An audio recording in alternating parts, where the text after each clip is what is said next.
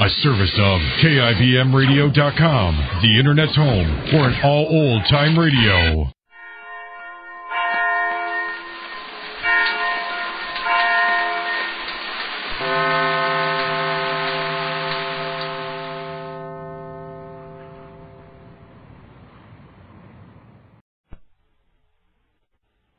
We offer you Escape.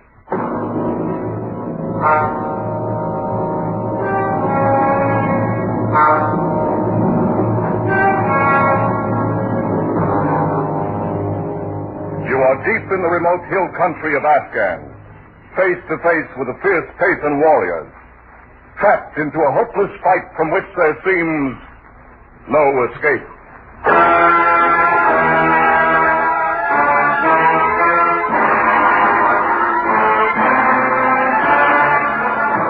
Escape, designed to free you from the four walls of today for a half hour of high adventure.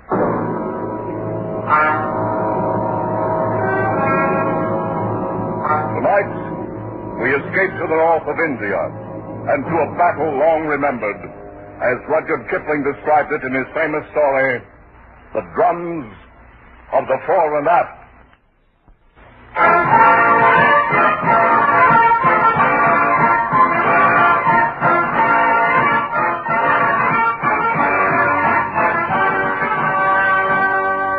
When I came out from England to serve as a news correspondent with the British troops on the North Indian border, Regiment number 329A was called the Fore and Fit, Princess Herrenfelder in Zern Royal Light Infantry. Fore and Fit. But now, behind their backs, men call them the Fore and Aft. You know, when certain words are shouted in front of other barracks, the troops may come out with belts and fists. But the mere whisper of Fore and Aft brings out the men of this regiment with rifles in their hands and murder in their eyes.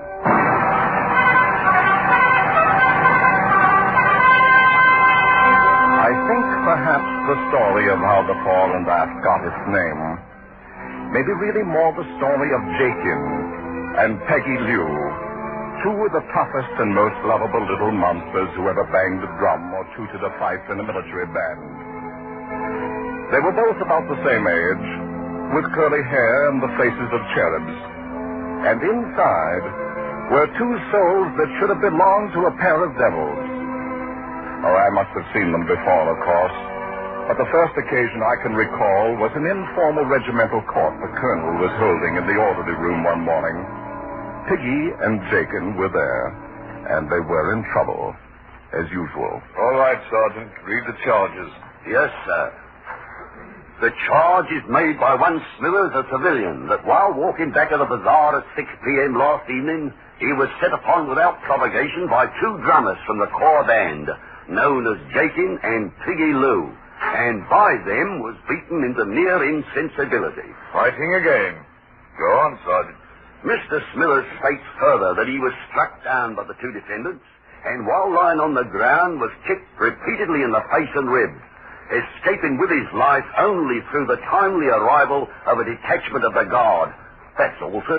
Well, what about it, Jakin? Piggy, is this the truth? Oh, yes, sir. We gave him what for, all right. Confound it, you two little heathens, the more trouble than all the rest of the regiment put together. You're hailed in here on charges every time you turn around. I can't very well put you in cells or hang you. Oh, no, sir. We shouldn't want that at all. That will do, Jakin. Yes, sir. All right, Sergeant, turn them over to the bandmaster and have them tan their hides. Tell them to make it one they'll remember this time. Yes, sir. Begging your pardon, sir, but can't we say nothing in our own defense? That's right, sir. What if a bloomin' civilian said he'd report you for having a bit of a turn-up with a friend? Suppose he tried to get money out of you, sir, and then... That will do, Piggy. Then you were fighting. Well, only between ourselves, sir, and that don't count. If you'll pardon me, Colonel, this man Smithers does have a reputation for that sort of thing, blackmail, you know. And one thing the boys don't do is lie. It's not that we'd minded, sir, to be called up by even a corporal. But we can't have no blinking civilians interfering with the business of Her Majesty's regiment. All right. We'll forget the birching. You're both confined to quarters for 3 days. But, sir... And throw away that pipe when you get outside, Piggy. You're too young to be smoking. Yes, sir. All right, Smith. Confounded Kipling, I don't know what to do with the lads. They're not really bad at heart. And they've never known any home but the army. Where did they come from, by the way? Oh, Jacob is from some back street in London, and Piggy Lou is straight off the Calcutta docks. In both cases, ancestry unknown. Well, they seem loyal enough to the regiment at any rate. They are, and loyal to each other in their own way. I'm inclined to think sometimes they've got more real spirit than all of those new regulars put together. Yes, I'd say you're overloaded with green troops, Colonel. Overloaded? 90% of the regiment were in Manchester factories and Lancashire farms 6 months ago. Can't take a spell to that latest time. Any chance of action fairly soon? No, off the record, we'll probably move north in about 10 days. Not to the front, of course. We'll give them a few months of guarding communication lines. Let them shake down a bit before they see any real action. Yes, good idea. That's the only thing to do. There's only one thing certain. This regiment is not ready for action yet. Only don't write that back to your paper. But the gods who govern armies seldom choose the wisest plan. On the Afghan border, a large force of Payson guerrillas began massing near the Khyber Valley, being held in check temporarily by a regiment of Highlanders and a regiment of native Gurkhas. A week later, the Fore and Aft was ordered to march north, contact the other two regiments, and carry out joint action to disperse the enemy.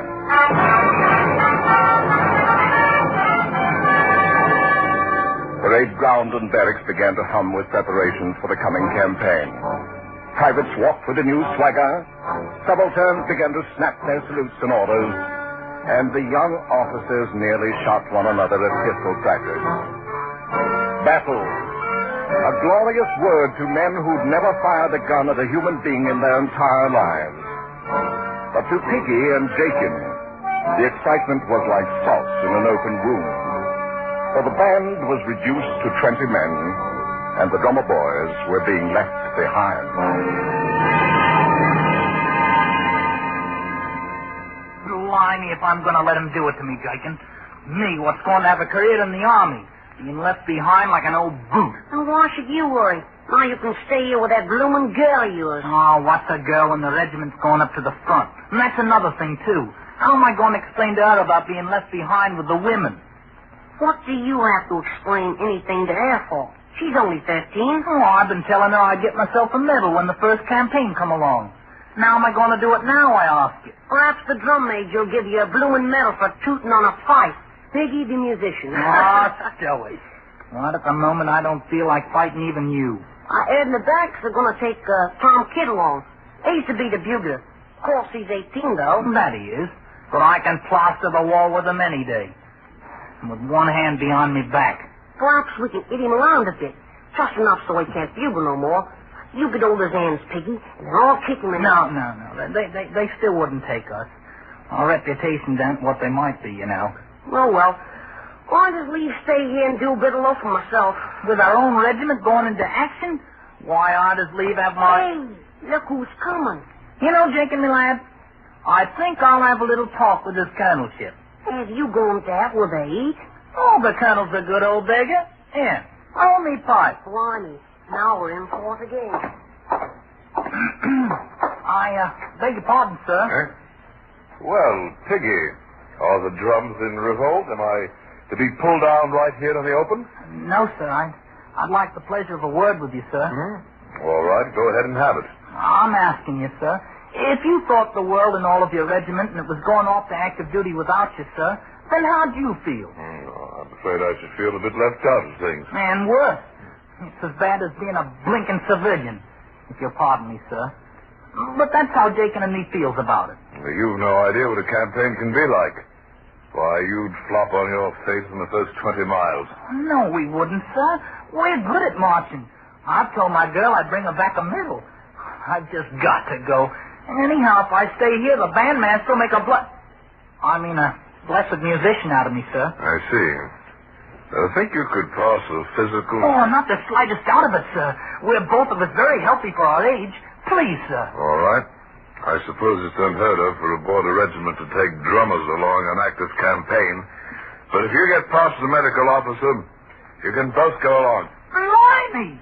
Deacon, did you hear that? We're going up to the front. Thank you, sir. Carry on.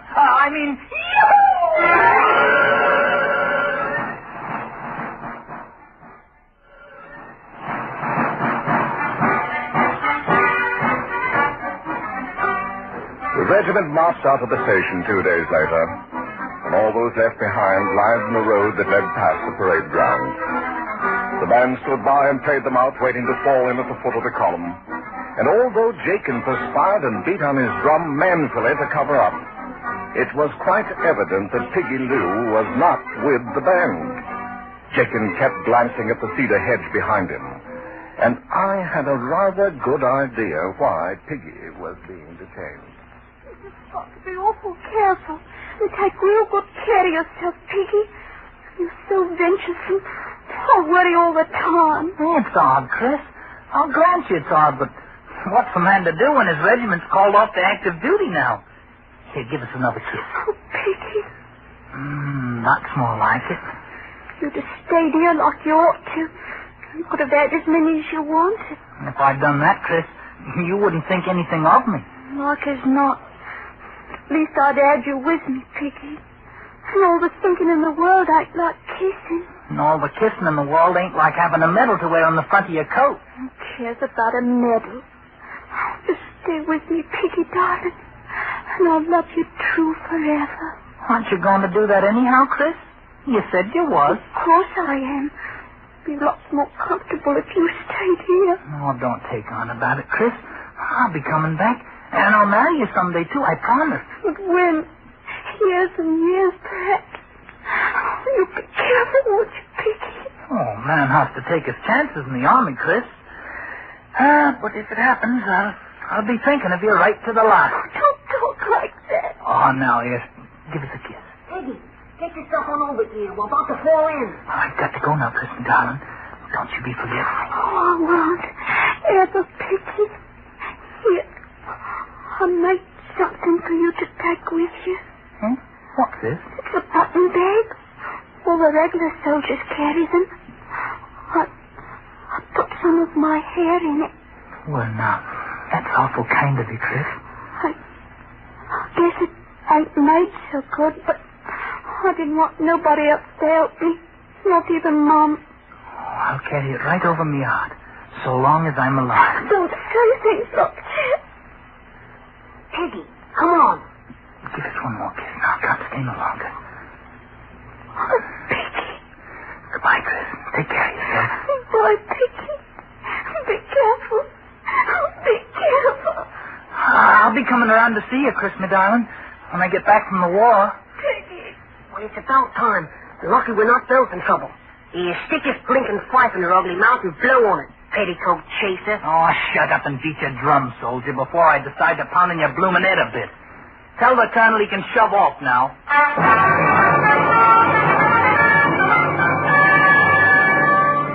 And so the 4 and 5th went north to the wars, first by troop train, and then on foot when the last railhead left them with a 7-day route march before they'd reached the front up ahead.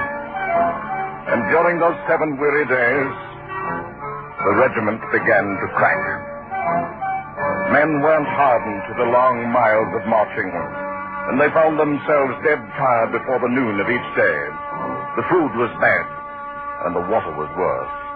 And on the second day, the snipers started in.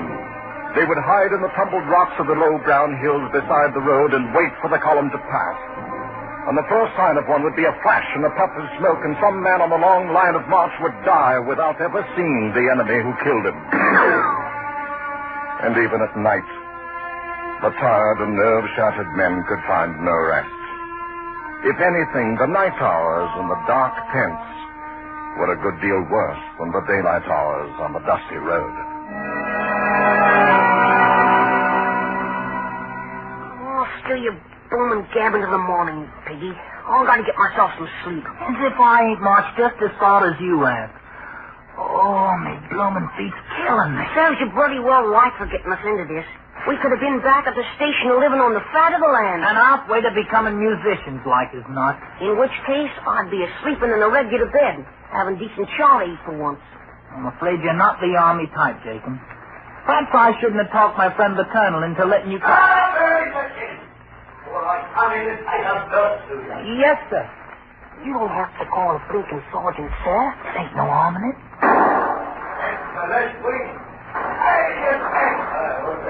Piggy, that's another one of our sentries got himself killed out there. They just can sneak up in the dark without making a sound. And they take their bloody long knives and slice a man open as neat as you please. All right, hold the fire and see what you're shooting at. Well, I wonder what they look like, Piggy. These here Pathans? Oh, what's it matter when we can't even carry rifles? I ask you now, Jakin. Look at that. How's a man to get himself a medal when all he's got for a weapon is a bloomin' fight?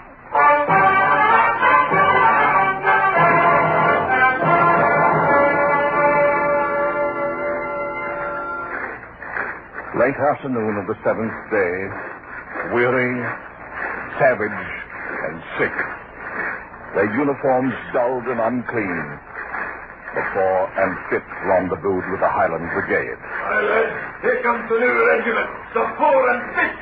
Fore and Aft, eh? May I ask what it is they're fit for?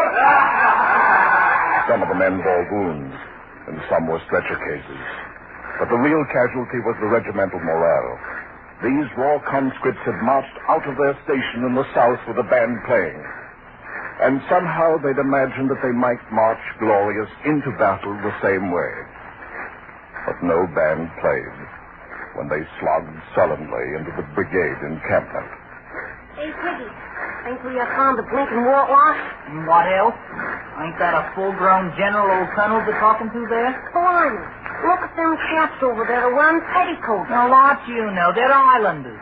And I've heard a man best take no liberties with them. One activity might have aroused the interest of the regiments, as tired as they were. Rifle practice the enemy. And with all 700 rifles blazing together, that's the way they felt. We've had a bit of a tough time of it coming down, sir. My men have been rather mauled. No chance of a fair return.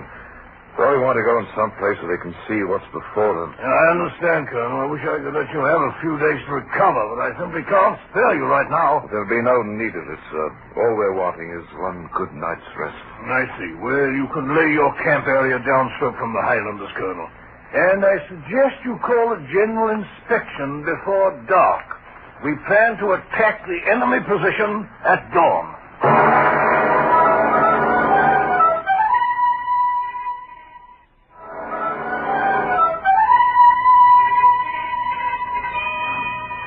So it's active duty you wanted, Piggy. And how much longer do you think they're going to keep us standing here with the bloody daylight barely coming over the hills? Oh, no.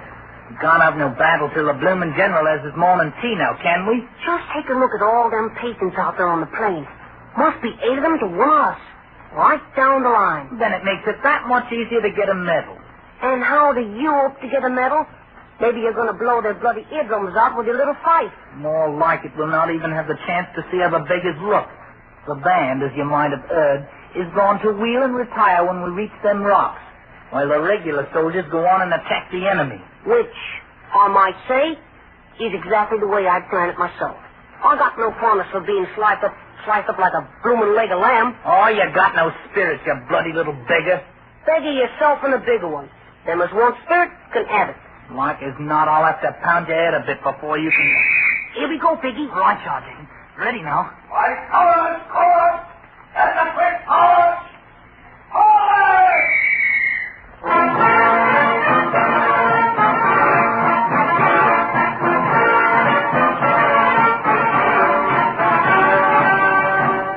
Watch yourself now, Jacob. Step lively. Just keep your eye on me and I'll make a bloody ear out of you. Only someone had blundered. Someone had misread an order, and the Fore and Aft move out onto the plain to attack the enemy force alone. Confounded, stupid conscripts. What are they up to anyhow? They've spoiled the whole plan of the battle. The kind of a mistake you could expect from a regiment that doesn't even know how to march. At the clump of rock, the band wheeled and halted and continued to play, while the ranks opened to form a skirmish line and moved slowly ahead. Hold steady, laddies.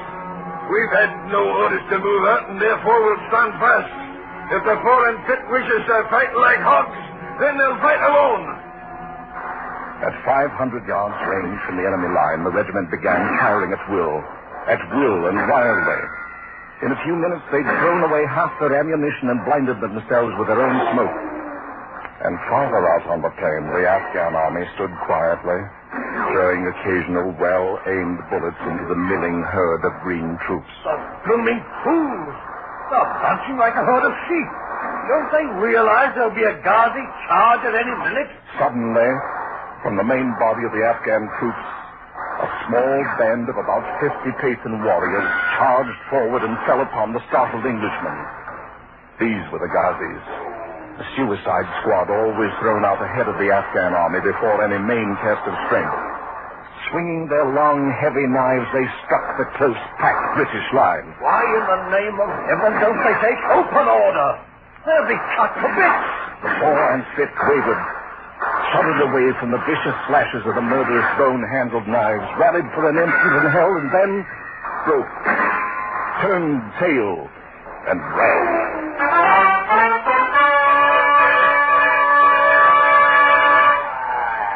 So you look at them, laddies. They talk and run. I say they make better speed to the rear than they make to the forward. They're anything but the Fore and Fit now. More likely to call them the Fore and Aft. Here's the last time you hear that one, Joan. The Fore and Aft.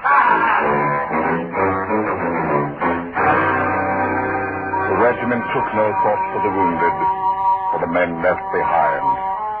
Nor did they stop until they jammed in the pass that led up the hill. And the band, too, was carried along with them in their panicked, headlong flight. All the band except 2 men.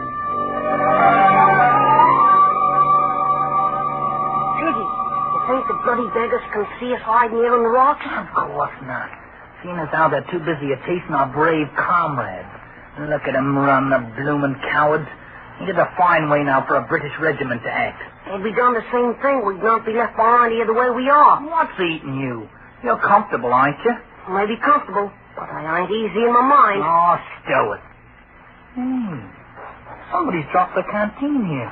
We just got rum in it. And how can you hope to tell by shaking it? And now keep your dirty hands off it. I'll do the trying it out. Well, is it, Piggy? Is it? No, it's water. Here, have yourself a free drink on Her Majesty, drummer boy. Look, them Pathan beggars are starting back to their own lines. And keep your head down. Well, now, with the bloomin' enemy return, perhaps they'll come out and rescue us. Not them, the bloody cowards.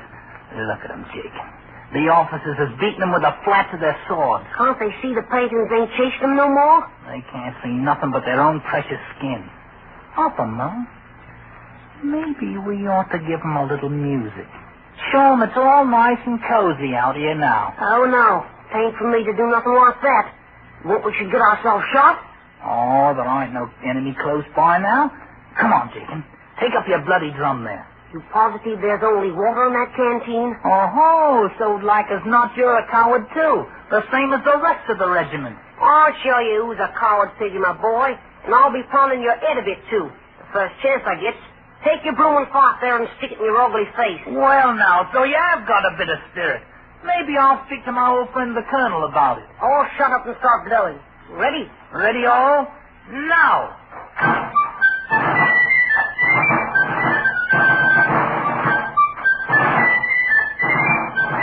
Where is it we're going to march to, Piggy?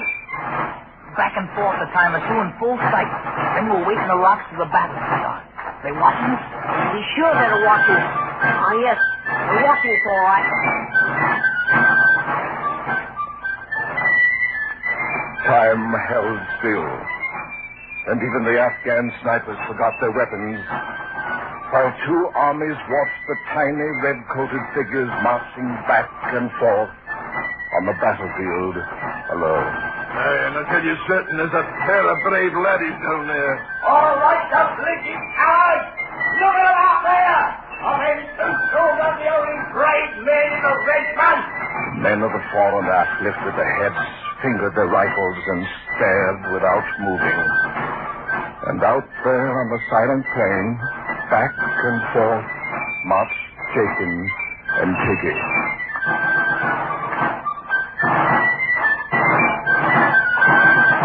You're going to play these blooming instruments all day long? Ain't the blighters ever going to come back? Shut up, Jakin. Keep flying.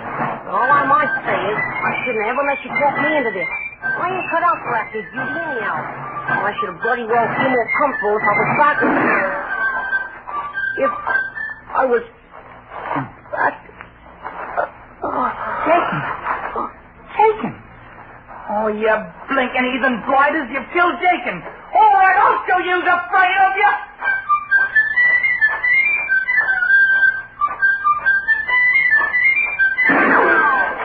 Come on, you bloomin' coward.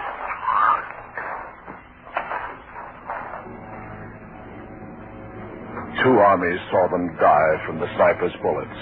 Two armies and the men of the fore and aft. All right, men of the regiment. What now? Those two at least were brave enough to know how to die. It's bayonets! Ready about and hold army line! This time we attack, and there'll be no turning back! Look at them, ladies, the fore and aft. They're going back to fight. Aye, look at them run. Here's how it should have been done in the first place. They're not turning their backs again. Aye, ladies. And now is the time for us, foreigners to know. Here's where we join the fight. Here.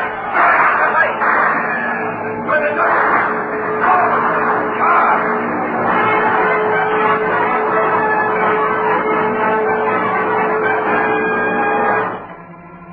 Late afternoon saw the Afghan army wiped out.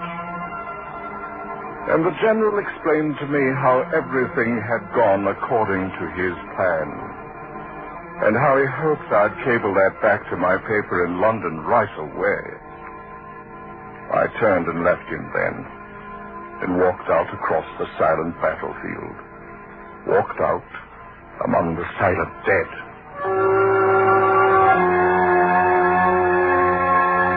The two tiny figures lay quite close together. Jakin fallen across his broken drum, and Piggy Lou, with the fife still clenched in his dirty fist. A bulge under his tunic caught my eye, and I reached in and drew out a button bag, embroidered crudely with the name Chris. I made it for you myself, Piggy, my darling. And I put some of my own hair inside of it. I'll wear it right next to me, Aunt Chris, so long as I'm alive. I thought how Chris would soon forget, and how the world's memory is no longer than hers. The sun was sinking away in the west. The button bag in my hand was soaked and damp. And over the left breast of Piggy's grimy uniform, over the pocket where citations are usually worn, a bright red stain had spread out through the coarse wool, looking so very much like the bright red ribbon that goes with a medal.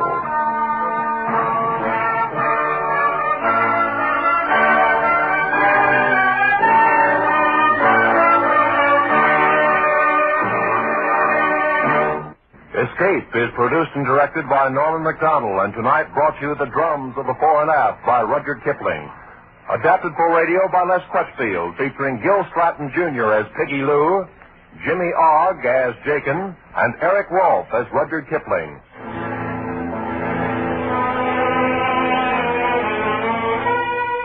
This is CBS, where you hear the FBI in Peace and War every Thursday night on the Columbia Broadcasting System.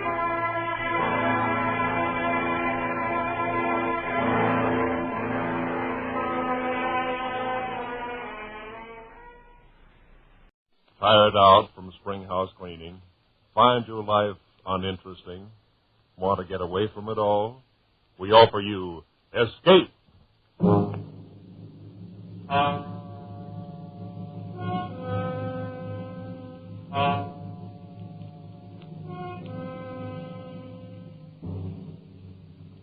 You are drifting on the burning glassy surface of a tropical sea, trapped on a flimsy raft with 3 murderous companions from whom you cannot escape.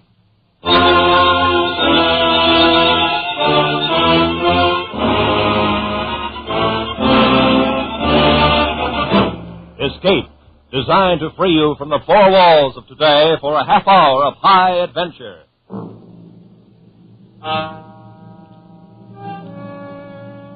Tonight, at your request, we bring back one of our most popular escape stories. We take you to Noumea in the South Pacific, a French penal colony as notorious as Devil's Island. And we invite you to escape from Noumea in John Russell's The Fourth Man.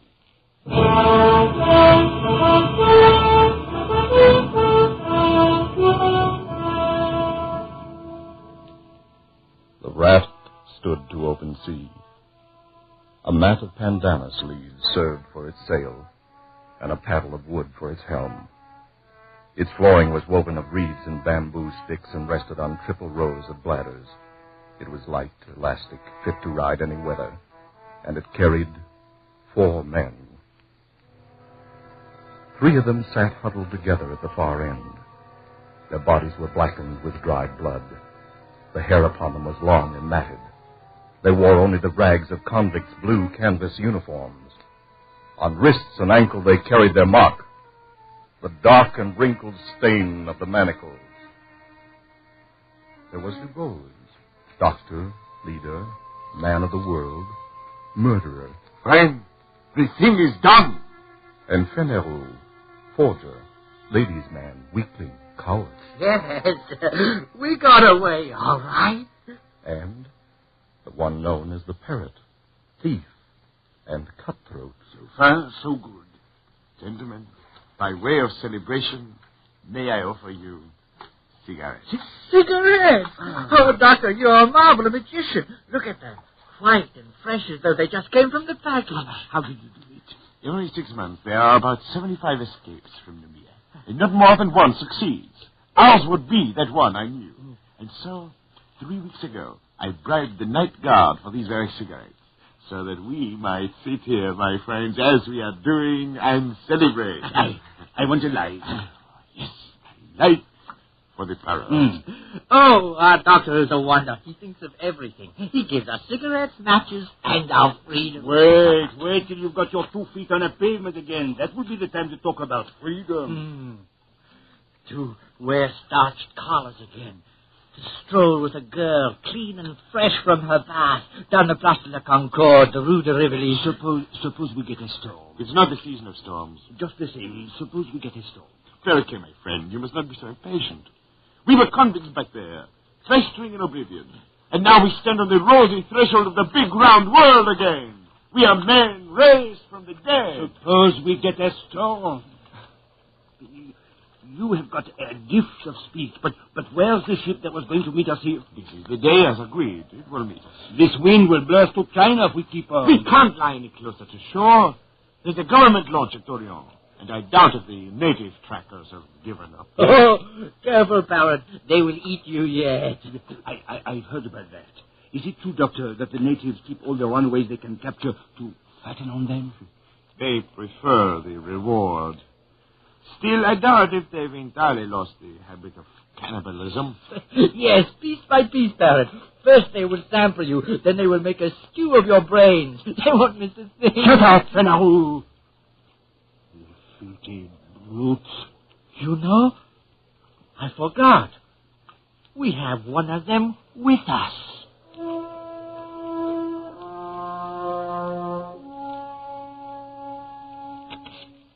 The 4th man was steering the raft. He sat crouched in the stern, his body glistening with spray. His huge dark hands held the steering paddle. He was motionless like an idol, his eyes fixed on the course ahead. The 4th man on the raft. My friends, you are looking at a Kanaka. You will see nothing superior. No line of beauty to redeem the low angle of the forehead, the knobby joints of the body. Nature has stamped him with the mark of inferiority. And he has set the final seal himself with that twist of bark about his middle, that prong of pig ivory through his nose. Nonetheless, he is a man, and there is a price on our heads. He could be taking us where he lies. Calm yourself, Fenero. It is a very simple animal, an infant, really. Does that mean he could not double-cross us? It does. He is bound by his duty.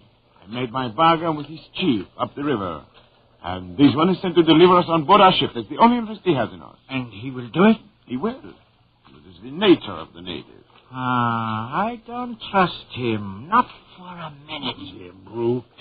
The animal. You! It's you I'm talking about, you filthy brute. Parrot! Save your breath, Parrot. He speaks no language, only a few noises, a few signs. I don't feel right on the same raft with that. Go on, burn yourself up in the sun. Me, I will just stretch out a little under these mats. Yes. We should all sleep a little, conserve ourselves. When we awake, she'll be there, the ship, our pretty little topsail schooner, our mast standing out against the sky. And we'll be on our way to France. Sleep, my friend.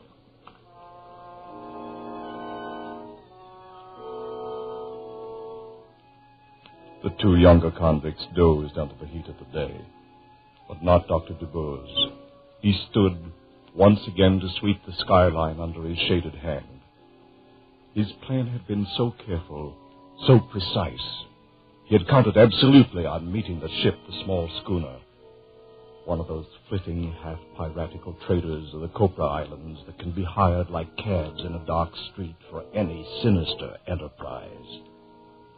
But there was no ship, and there was no crossroads where one might sit and wait.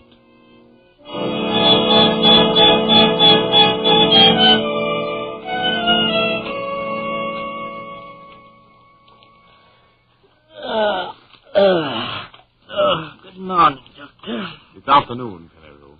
Oh, yes, it is. I slept like a corpse. And where's the ship, Doctor? It was going to be there when we awoke. Oh, I'm thirsty. I'm dying of thirst. So are we all, Fenero. Where is the flask? Oh, I'm roasting in the sun. You have to roast some more. This crew is put on rations. What are you talking about? Where is that water? I have it here. So you have. You think it's yours? It's ours, Parrot. I want a drink. Think a little, Parrot. We have to guard our supplies like reasonable men. We don't know how long we may be floating here. So, that's how you talk now. You don't know how long. But you were sure enough when we started. I am still sure. The ship will come. She cannot stay for us in one spot. She will be cruising to and fro until she intercepts ours. We must wait. Ah, that's good. Wait. And in the meantime, what? Right here in this heat? Our tongues hanging out while you get us out drop by drop? Perhaps. No! The man does not live who can feed me with a spoon. With a spoon? Not no scum! But you're in this too, with this captain who thinks of everything and still puts to sea without provisions. Go on. Laugh again. Laugh. I wasn't laughing, Parrot. It's true. A bad piece of work for a captain of runaways. Unless you would die very speedily, we must guard our water. And whose fault is it? Mine, I did it. What then? Here we are, and here we must stay. We can only do our best with what we have. All right, Doctor. Do your best. Give me a drink. You may have your share, of course. But be warned. When it is gone, don't come to us. To Fenero and me. Oh, what's fair? My drink!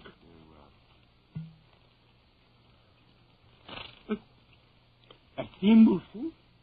One thimble? This way we should have enough for 3 days. Perhaps more. With equal shares among the three of us. That's right. There are only 3 of us. Were you thinking of him, Fenero? Of our pilot? He looks somewhat like us, doesn't he? But his body has never known clothing. His feet, shoes. His heart has never known the swelling that comes with feelings of love or beauty. His mind has never known a single thought. Look at us three gentlemen. You, Fenelon, a forger. You, Parrot, a thief. I, the Gibbons of Paris and Marseille, a murderer. And yet, we are civilized men. And this is a savage animal. Our provisions are for men only.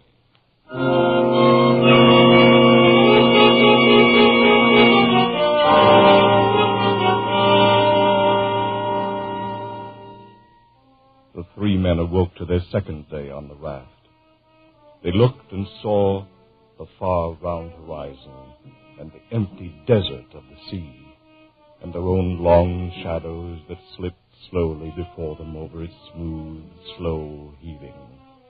The land had sunk away from them in the night. The trap had been sprung. As the savage sun kindled upon them with the power of a burning glass, a calm fell, an absolute calm. The air hung, waited. The sea heaved and fell in polished undulations, and the sun shone, driving in under their eyelids like white-hot splinters. They crawled to the shelter of their mats, gasping, shriveling. And the water, the world of water, was slack and thick as oil. Oh, mon Dieu. How lonely it is. Dr. Gibbons. Yes, Parrot. Look around you. What do you mean? Go on, look around. What do you see? I see water, Parrot, the horizon, nothing else. What? Don't you see a ship? A pretty little schooner? Those were your words. Well, where is it? Why don't you see it? It will come. Will it come for us to be dead when it comes? Doctor, you say that you count on your friends, but suppose they leave you to rot here. Leave Parrot and me to rot here. That would be a joke, eh, Doctor? To wait for a ship that will never come. It will come. My friends will not fail me. But why? How do you know? How can you be so sure? There is a safety vault in Paris, full of papers to be opened at my death. Huh? Those papers contain confessions. No, gentlemen, my friends will not fail me.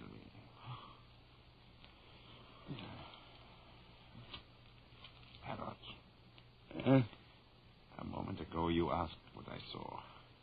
Well? There was something I neglected. What was that? I see a Kanaka on this raft with us. He does not join us. He does not look at us. He sits on his heels in the way of the native, with his arms hugging his knees. He sits at the stern, motionless under the shuddering sun, gazing out into vacancy. Whenever I raise my eyes, I see nothing else. Only this Kanaka. And he seems to be enjoying himself quite well. I was thinking so myself. The terrible, the savage. He does not seem to suffer. What's going on in his brain? What does he dream there? He looks at us as though he hates us. The dirty rat. Maybe he's waiting for us to die.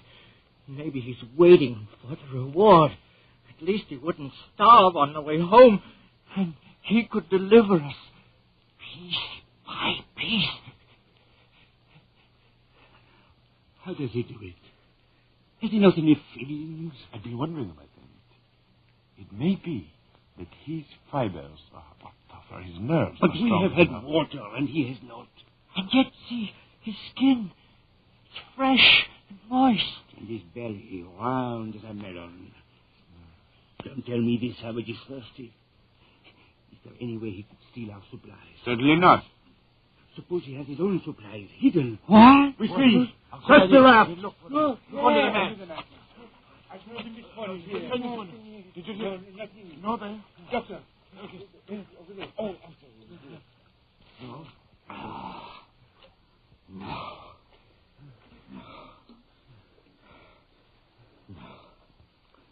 You are mistaken. There is nothing hidden. You're wrong about him, Doctor, when you say he has no understanding. There is one thing he knows, and knows well. Pain. God hit him! No, not so much. There, come! That will teach you! Not so cheerful now, are you? Not so happy with your luck. That will make you feel. A higher race tramples the savage, with or without cause. And that is natural. And the savage creeps away into his place, with his hurts and his wrongs, and makes no sign and strikes no blow. And that is natural, too. Yes, that is all very well, Doctor. But we still must have our pilot. Come back, my friends, back under the mats. The glare of the sun is not so bad there.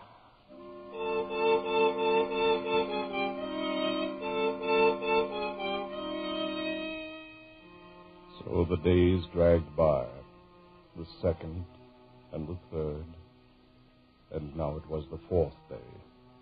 And still there was no breeze, and still there was no ship. Doctor? Yes? What do you stare at? It's him, the savage. Look at him, and look at us. We are dying, our powers are ebbing. And him? He's naked, wild, brutish. He's yet to give the slightest sign of complaint or weakness. Yes, it's true. At night he stretches out and sleeps. Those long hours when we wrestle and fight with despair, he sleeps like a child. Then in the morning he resumes his place aft, unchanged, fixed, a growing wonder. Doctor, is this a man or a fiend? A man, it's man. A miracle. It's a man, and a very poor and wretched example of a man. You will find no lower type anywhere. Look at his cranial angle, the high ears, the heavy bones of his skull. He's scarcely above an ape. Then what? He has a secret. Secret? But we see him. Every move he makes, every minute. What chance has he for a secret? How absurd. Here are we three, children of the century, products of civilization. And here is this man who belongs before the Stone Age. In a set trial of fitness, of wits, and resources, is he to win? Absurd. What kind of secret? I can't say. Perhaps some method of breathing, some strange posture he uses to cheat the sensations of the body. Such things are known among primitive peoples, known and jealously guarded, like the properties of certain drugs or uses of hypnotism. Who knows? We can know. We can find out. To ask him, useless. He will not tell. Why should he? We scorn him, giving no share with us. We abuse him. And so he falls back on his own expedience. He remains silent, as he always has been, as he always will be. He never tells the secrets. They are the means by which he has survived from the depths of time, by which he may yet survive when all our wisdom is dust. There are a number of ways of learning secrets. I know them all. Power. It would be useless. He could stand any torture you might invent. You saw how he behaved before. No, it's not the way. Talk! I'm tired of all this talk. Kill him and throw him over. Let's be rid of this thing. We gain nothing. Then what do you want? To beat him. That's what I want. To beat him at the game. For our own sakes, for our own racial pride. We must. To outlast him. To prove ourselves his masters. By better brain. By better organization and control. Watch him. Watch him, my friends. So that we may trap him. So that we may find him out. And defeat him in the end. Watch. I will watch, all right. You old windbag. I am not sleeping anymore. To leave you alone with that bottle. The bottle. Oh, the bottle. I've been meaning to discuss our rations with you. Have you? We are running very short. I'm afraid we must all take a cut again. And what are we down to now, Doctor? Half a thimbleful. No. We must keep our weight. I say no! Then we'll put it to a vote. You say no, I say yes. Then they're all Yes, anything. But give me mine now. Then it's half a thimbleful for Monsieur Fenelero. Your share, Fenelero. More.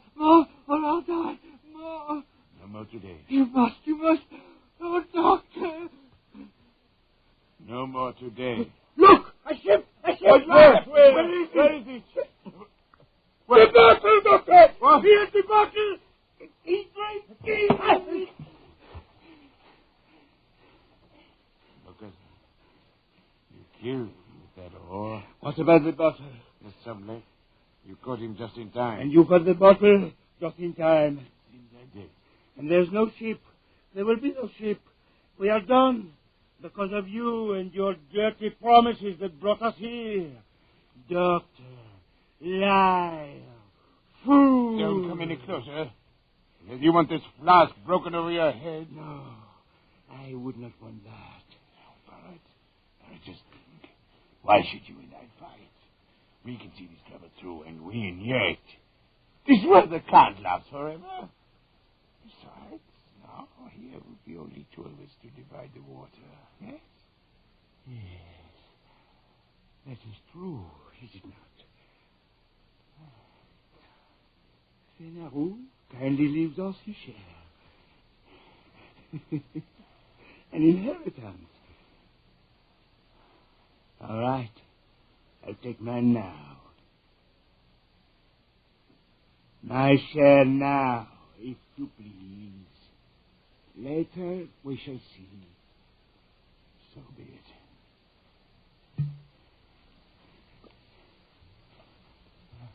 Your share.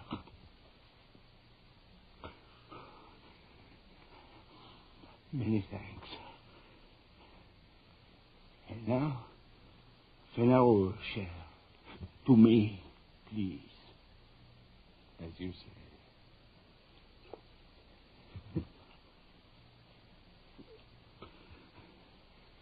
And now,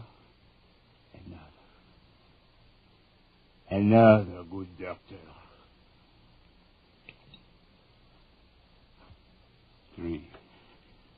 That's enough, Dad. No, doctor. It is not enough. Now, I will take your arm. Stop! Your arm. I will kill you if you don't. Thank you.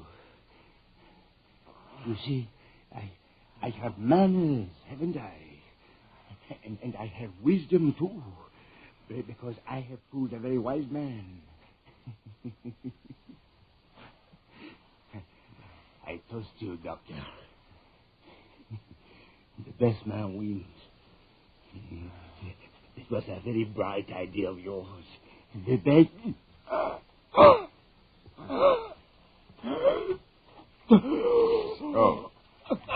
Best man wins. You forgot I am a doctor, didn't you? The water you were killed for has killed you. A man cannot go without water for 4 days and drink his fill and still live. Go on, Parrot. Gasp out your worthless life while I laugh. The best man always wins, Parrot. The best man always... So, the best man wins. Yes, Doctor. Forgot my knife, didn't you? Forgot me, lying at your feet, while you divided my share of the water. Came here for dead, did you? But I, Fenarou, will outlast the two of you. Fenarou, the best man, always wins.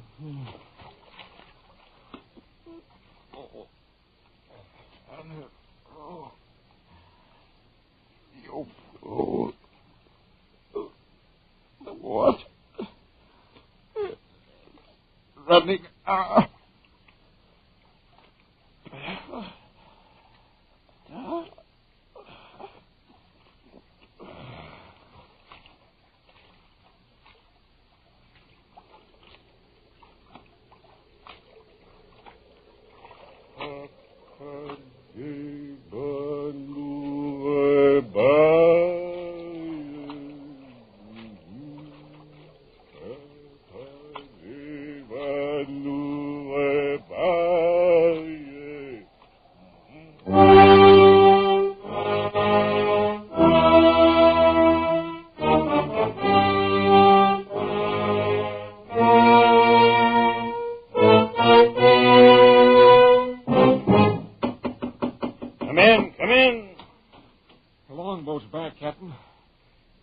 was here all the time, not 10 miles away from us. Ah, that calm.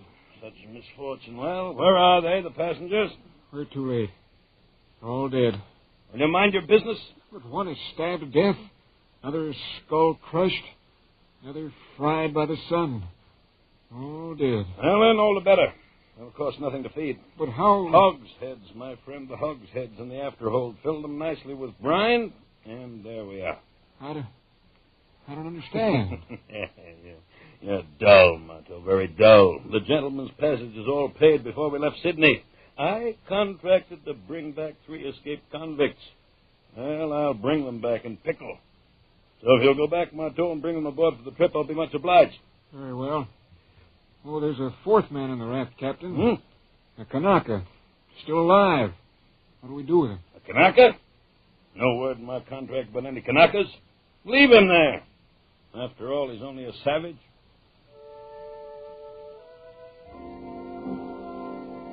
And so Dr. DuBose and Fennereau and the parrot went aboard for a long trip to their beloved Paris. Their bodies pitching and rolling gently in the huge vats of brine. On the raft, the 4th man raised his head slightly as a wind freshened from the west.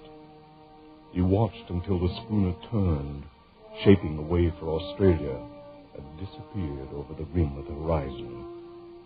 Then he turned his raft, spread his sail of pandanus leaves, and headed the raft eastward, back toward New Caledonia, back toward home. Feeling somewhat dry after his exertion, the native plucked a hollow reed at random from the rushes on his raft. Slowly, lazily, he stretched himself at full length in his accustomed place at the stern. He thrust the reed down into one of the bladders underneath the raft and drank his fill of sweet water. He had a dozen such storage bladders remaining, built into the floats at intervals above the waterline, quite enough to last him safely home again.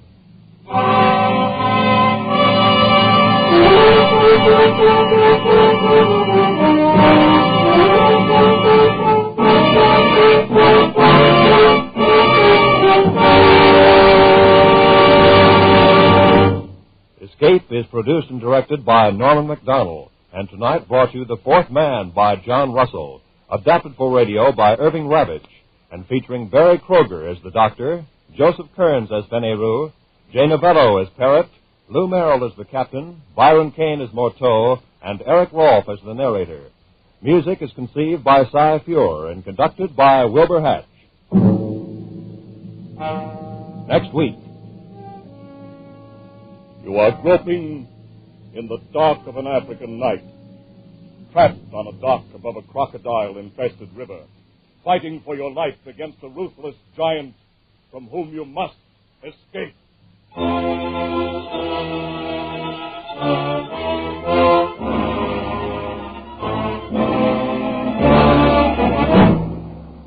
Next week, we escape with Robert Simpson's 10th story, John Jock Todd. Good night, then, until the same time next week, when once again we offer you Escape. This is CBS, the Columbia Broadcasting System.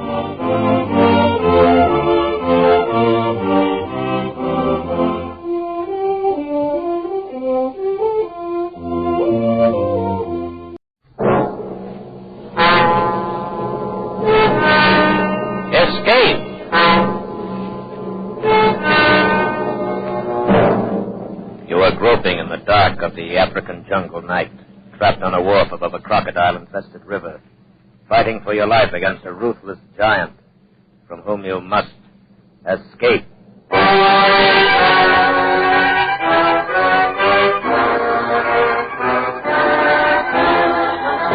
Escape, designed to free you from the 4 walls of today for a half hour of high adventure.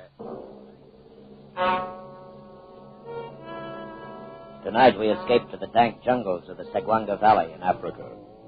To the heart of a courageous man, as Robert Simpson told it in his story, John Jock Todd.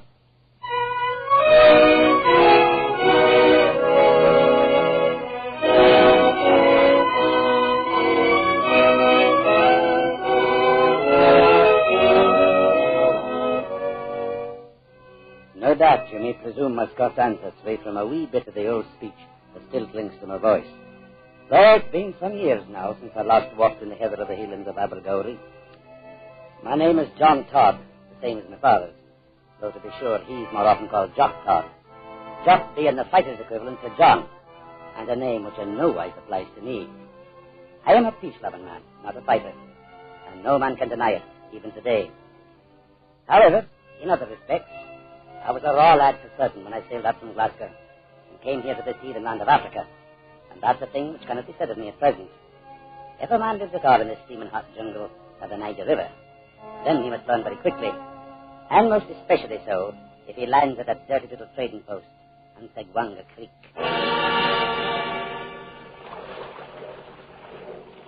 What say, boy? Landing coming up. Here you are, Mr. Todd. Segwanga Landing. You can have it as far as I'm concerned. Well, I might say the Power Company has somewhat more elaborate offices in Glasgow, Mr. Simpson. No doubt about that. And how long did you sign up for? 4 years. 4 years. Lucky for them they catch you fellas in Glasgow before they ever seen the place. Oh, can't be so bad. There's a fair-looking buildings there on the bank. Fair-looking buildings? Hey, what's that hell? Ease into it. You want to tear out the wall? I don't suppose you've heard anything about Brock. Well, they told me I should report to the agent in charge here, a man named Captain Brock. Captain Brock. Every agent in this stinking jungle calls himself the captain. That's him there in the wall. Easy, boy. Get a line ready now. All right. Cut the motor. He's a fair-sized man for certain. He's big enough, all right, in some ways. So is a gorilla. Watch out for him. Can I say I understand you? You will, Mr. Todd, if you live long enough. That's it, offside. Where's the line, boy? Yes, sir. He cuts quick. That little fellow with him is named Ganson. You get nothing to fear from him till after Brock's made a move. He's a sneaking little jackal, but he never makes his own kill. I still can't understand what you're talking about, Mr. Simpson. You'll find out soon enough. Wouldn't help you now to go ahead of time. I dock here once a week on the river run, but you're still on your own. You'd better know it right now. Mr. Simpson, you will have to explain. Okay, up now, Mr. Simpson. All same, plenty fast. All right, boy. Come on, Mr. Todd. You may as well meet your new boss. Go, blimey, look what the Home Office sent out to us this time. Shut up, Ganson. Well, Simpson, you are half a day late. When I start running my boat on a schedule, I'll send you a copy of it, Brock. If there was another boat on this river I could ship my stuff on, you know what I would do then, don't you? No, you wouldn't, Brock. Not as long as you know I carry a gun. You there. You the new junior assistant. That's right, sir. My name is John Todd, and I assume you're... I'll take the time to find out your name later. And I do not give 2 cents for what you assume. That's telling the Johnson, did not I tell you to shut up? Yes, sir. And get out. Clear those natives off the wharf. All right, you old Captain. All right, move along now, you ready, Peggers. Come on, move now. You there. Oh, teach you to step on the get along. Get out. Some brandy over the bungalow, Simpson, if you would like a drink while the boys are loading. I just had a drink. On board. You there, whatever your name is? John Todd, sir. So it is John Todd, is it? And I suppose you call yourself Jock, like the rest of your blasted countrymen. No, sir. Jock is the name for a fighting man, such as my father. Can I say it fits me? So you are not a fighting man, eh? It makes things a lot easier, don't it, Brock? As soon as your boat is loaded, you can bring the lading bills up to the office. Well, Todd, you're going to stand here on the wharf the rest of the day? No, sir, but I thought you'd be wanting You, to... Scott! You are not paid to think. Get your stuff up to the bungalow and be quick about it. Whatever you say, Captain Brock. 4 years of it, Mr. Todd. Welcome to Segwanga.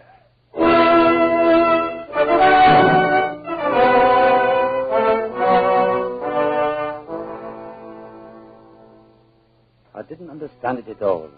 The reason for Captain Brock having acted in such a strange way. I'd never met the man, nor could I think that he'd ever heard of me before. And I couldn't be certain of the extent of the man's authority here in the jungle. The Home Office in Glasgow having been a wee bit unclear about the matter. They had said only that the agent was very much like the captain aboard a ship, and that he carried full responsibility in his own 2 hands. But about the attitude of Captain Brock himself, I very soon had few doubts left in my head. I didn't see the man again the afternoon I arrived, but a houseboy came and wakened me in the middle of the night and said the captain wished to see me in the main room of the bungalow immediately.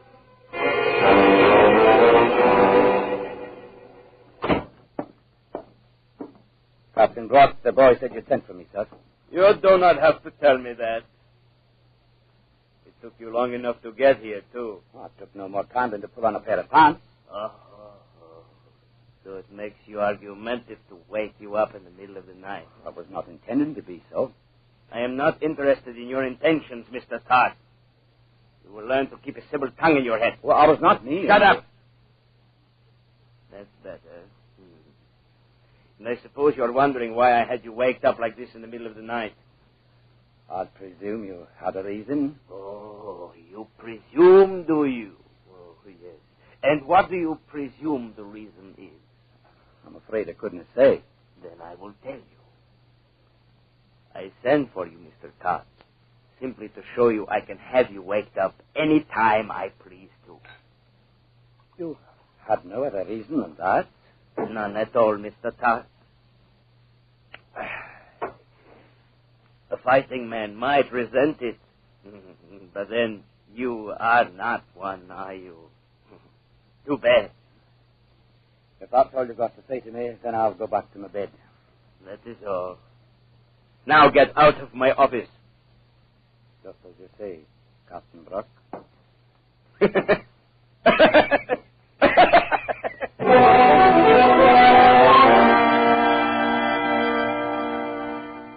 The attitude of the man didn't change none of the next few weeks, and I couldn't find in my head any reason for his hatred. And it was hatred. It was in his eyes every time he spoke to me. I took care of my duties and stayed clear of him otherwise, and for the most part we came to no head-on clash. That with the two exceptions, however. The first one happened about a week after I'd arrived. I was supervising a group of natives at the time, working on the breakwater at the end of the wharf. Mr. Todd, what the devil are those boys supposed to be doing? They're repairing the breakwater. I can see that without being told. Now, where did you get the authority to buy the timber? Why, you ordered it last week yourself from Chief Ilori. Maybe I told you to accept delivery without having me look at it first. Well, you told me to receive it when it came in, and that's what I did. It's good timber. I checked it myself. How would you know if it is good timber? My father happens to be a forester back in Scotland. The devil take you and your father both. I'd advise you never to say that in my father's hearing. Are you threatening me? No, man, nothing like that.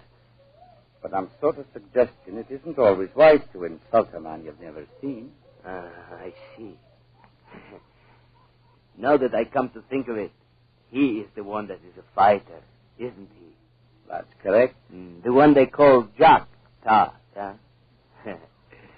Well, it is too bad he is not around here. Mr. John Todd. Boy, you there! Draw that piece of timber you're using. Any fool could see it is too short. I said throw it out. I will teach you to argue. Get back on your feet. I said get up. Get on your feet before I kick your head off.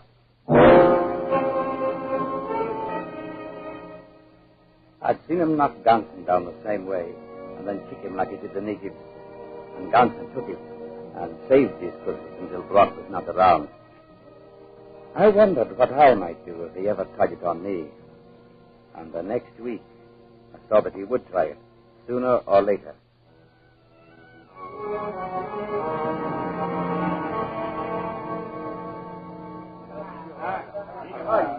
Chief Joanna and his boys had come in from backcountry with a dozen canoes full of palm nuts, and I was out in the warehouse checking in the load.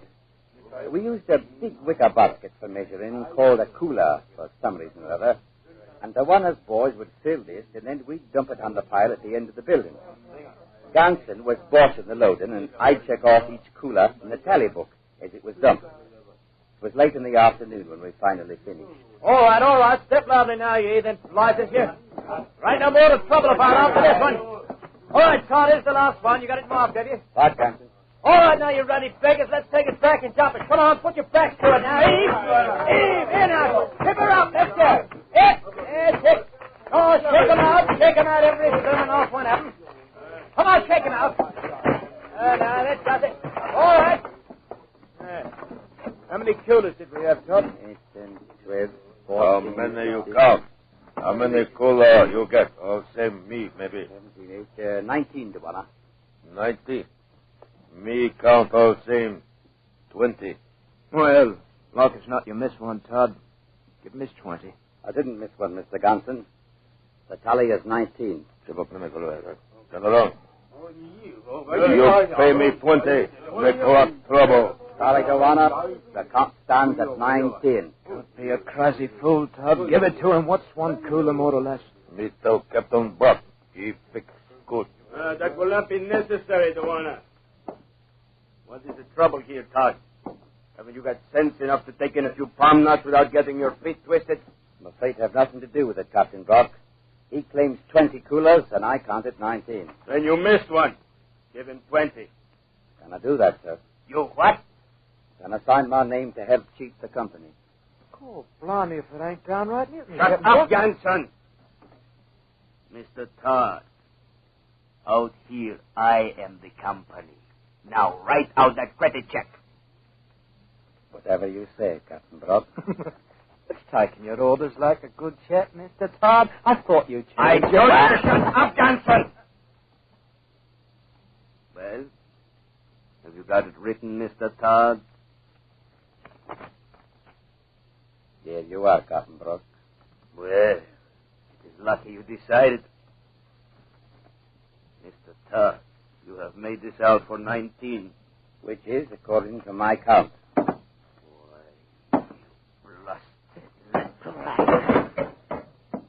I'll advise you to stop and think before you move.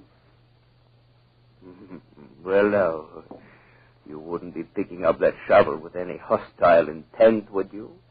No, man. No more than you'd be advancing toward me with a hostile intent. Like that, eh? Duana, I'm tearing up this check. I will give you one myself for 20. You always come to me. I will make it right with you. Yes, Captain. All same like you say. Mm-hmm. And Mr. Todd, I will make it right with you, too. You can depend on that.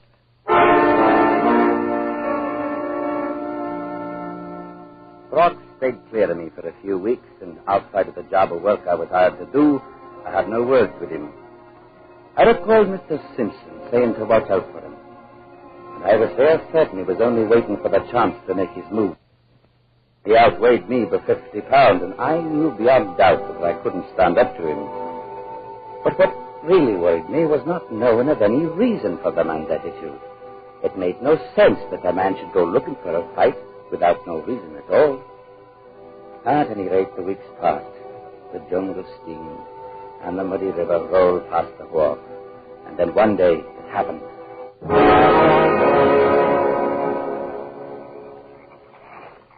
Sunday was my one free day in the week. So I'd hired a canoe and paddled upstream for a visit with a fellow countryman at another trading post some few miles away. It was just getting dark when I came back to the wharf, and when I got in close, I saw Brock standing there, smoking and leaning on a piling at the far side. The watch boy squatted near the edge, waiting to take the line from my canoe. He caught it and pulled the boat in and made it fast. And I climbed out onto the wharf. You have good trip, Mr. Todd? Not so bad, a bit hot, that was all. You savvy which place canoe man live? Yes, sir. Live on Breakwater side. Then go tell him, come get canoe. Tell him 2 days past. I give him check for pay. Oh, yes, sir. Live on now. Tell man plenty soon. Boy. Huh? You there. Yes, sir, Captain Brock. Did I give you permission to leave the wharf? No, sir. But Master Todd... Did I tell you you could leave? No, sir. All right. Then go get the head man. Tell him I want him here right away. And you come back with him. But Captain Brock, sir... Move, boy. Yes, sir. All right, Todd. Get up to your quarters. I think I'll be staying right here, Captain Brock. If you're planning to tie that boy to a post and flog him, as I've no doubt you've decided to do, then you'll be having a word with me first. Cool, blimey. Ganson, is that you? All right, you are, Captain. I heard what he said. If it's a witness you wanted. I will tell you when I want anything. All right, Captain. No, I'll mention it. Take Mr. Todd up to his room and keep him there. I will attend to him later. If either of you lay a hand on me, it'll be a most unfortunate day in your lives. Oh, you don't say so, Mr. Todd. Mr. John Todd. I have told you what you may expect. So you have. I am not to lay a hand on you. Not even like this. Oh, Bill, not proper, Captain. Hit him again. Come on, Mr. Todd, get out! Felt his foot smash into my side.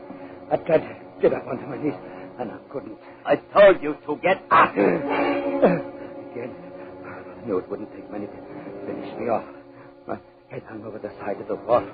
I made one effort and rolled off into the water. Hey, he's gone into the water, Captain. Maybe he can't swim. That is his hard luck. But suppose he drowns. The resident commissioner will be down on us for certain. I don't want no trouble with him. Shut up, Johnson. Yes, sir. He can swim all right. There he is now, climbing out on the bank. Blimey if he ain't. What's the matter, Mr. Todd? You are not leaving us, are you? You have not changed your mind about having a word with me, have you? Mr. John Todd?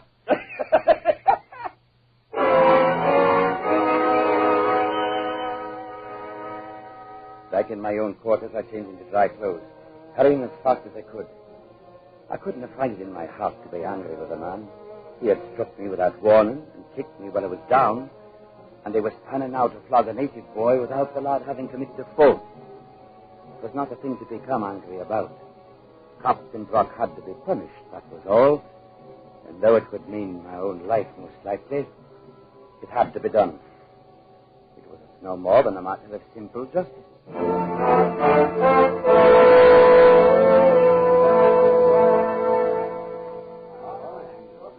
Within 5 minutes, I was back at the wharf. The watchboy had come back with the headman, and a group of natives had gathered around the circle of light thrown out by a hurricane lantern. They didn't see me at first. All right, Johnson. Pull his hands up over his head and tie them there. Stretch him out. Right you are, Captain. The watchboy stood there trembling with fear while Ganson bound his hands to the heavy post. Hurry up, you clumsy fool, and make it tight. I wanted to hang there after I'm through with him. Oh, he'll do that all right. Captain, here's Todd. Well, Mr. Todd, you are just in time to see the boy get what is coming to him. Brock, I told you before, you'll not be doing this without having a word with me. I was under the impression that you had already had your word, Mr. Todd. You've been laying into me ever since I came here, for reasons of your own, whatever they might be. And what do you plan to do about it, Mr. Todd? You may be somewhat within your rights in that respect, but you're not so when you hit a man without warning and kick him while he's lying on the ground. Go on, Captain. Give him what for. I take it then, Mr. Todd, you have objections to hitting a man without warning. Perhaps it is a thing your father would not think of doing. No objections, Mr. Brock. Now that I know you do it. For it's a thing that one can do as well as the other. Go on. Blimey, you, Captain. I don't mind now that I know it. I cuffed him along one side of the head and then again at the other. The while he rocked back from the blows, I catched my hands around his thick neck and sank my fingers into his throat. Stop him, Captain.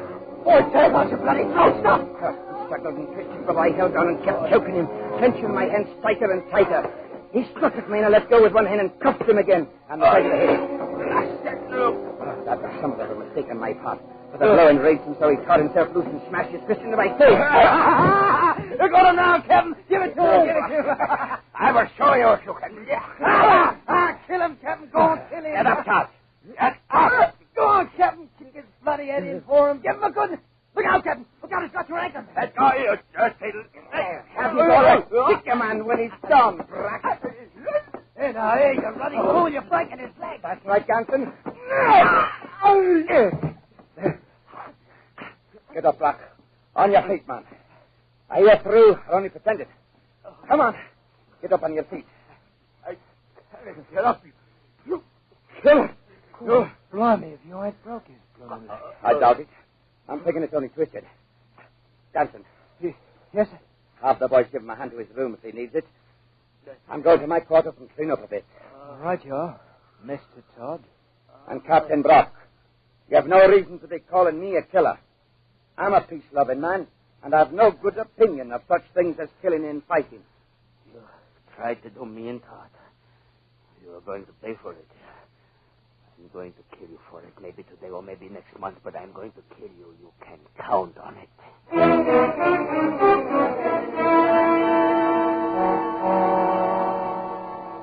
I went to my quarters then, and I didn't know what happened just after that. I didn't know about Brock kicking Ganson off the stairs while the little man was trying to help him, nor about Ganson going to the captain's room a few minutes afterwards. How are you feeling, Captain? Oh, shut your mouth, Ganson, or I will shut it for you. You've got no call to be treating me like that. I'd have helped you if I could, but there just won't no chance. He'd have done for me the same as you, Captain. Shut up! Cannot even move my leg. There wasn't no call to kick me a while ago, neither. I could get out of this chair. I'd do the same again. You can't get up, Captain Brock? How could I hope to? Well, what is in your mind, you little beggar? You've been booting me around for nearly 2 years now, haven't you? You hopped onto me the first minute I landed, like you got an habit of doing when a bloke is new. And I will break your dirty little neck as soon as I can walk. You've been treating me like a ruddy dog, Captain. And I've been taking it, too. Until now. Oh, what are you up to? Ganson? Ganson?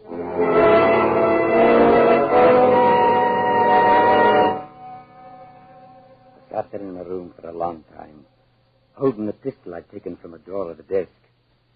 I couldn't see any way out of it. Sooner or later, at the first chance he could find, Brock was going to kill me. And aside from murdering the man in cold blood, I didn't see any way of preventing him. I couldn't leave the trading post, and for certain I couldn't stay on my guard for 24 hours a day.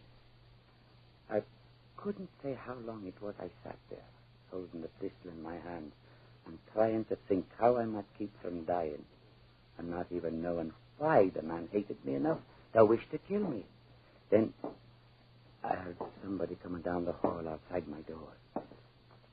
I thought for a moment they might be going past, but then I raised the gun and pointed it at the door. Ganson. Ganson. Man, what have you done to your hand? Man. Oh, you ought to see him, Mr. Todd. You ought to come take a look at him. Oh, blimey, if I ain't marked him up all right. I marked him good. What are you saying, man? What have you done? Him has always thought he was so much, just because he was bigger than me. Oh, I showed him all right. What have you done? Why don't you come take a look for yourself, Mr. Todd? Come and see what used to be so high and mighty, calling itself Captain Brock.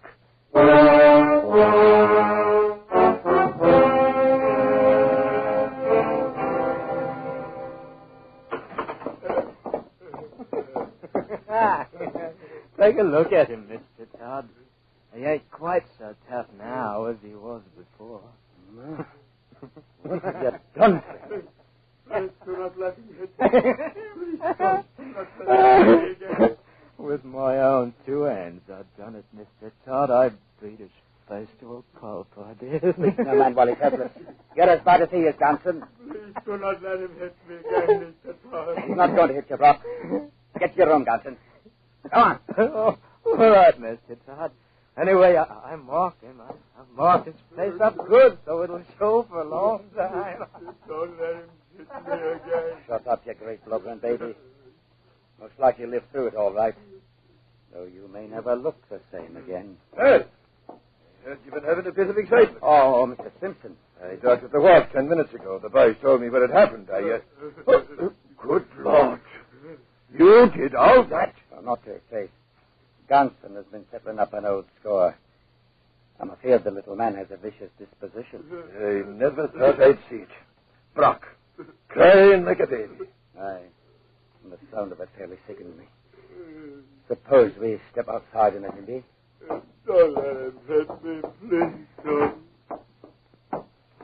Mr. Simpson, I've found out why Captain Brock hated me the way he did. Why he threatened to kill me. Eh? What do you think it is? The man's a coward, that's all. You saw him in there just now. He knew he was a coward, and he was afraid I'd find it out. Yeah, you may be right. There's no doubt of it. And I'm thinking you'll have him for a passenger when you go back downriver. He'll not be able to stay here now that we understand him. And I'll see to it that Ganston goes along with him. Well, I can't say that I'll mind the change. I mean, doing business here from now on with a gent by the name of Jock Todd. Jock? Oh, no. You're taking me all wrong. I'm a peace-loving man, and my name is John. It's no wise proper to call a man Jock unless he's a fighter. Now, you take my father, for instance. There's a man who can hold his own in any kind of company. But I don't know.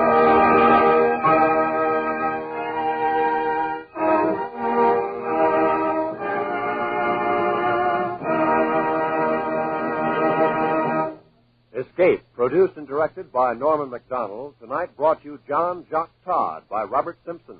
Adapted for radio by Les Crutchfield, featuring Wilms Herbert as John Todd, Jack Crucian as Captain Brock, and Tony Barrett as Ganston, with Don Diamond and Paul McVeigh. The musical score was conducted by Wilbur Hatch. Next week.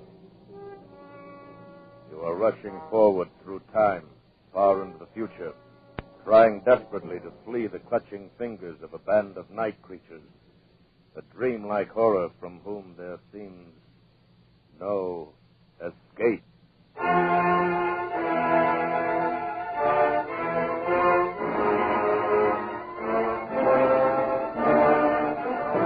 Next week, we escape with H.G. Wells' awesome story, The Time Machine. Good night, then, until this same time next week, when once again we offer you Escape. This is CBS, the Columbia Broadcasting System.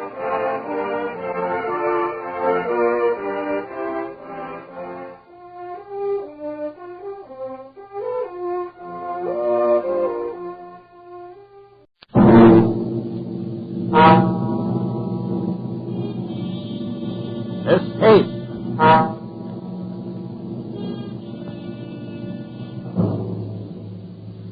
You are rushing forward through time, far into the future, trying desperately to flee the clutching fingers of a band of night creatures, a dreamlike horror from which there seems no escape.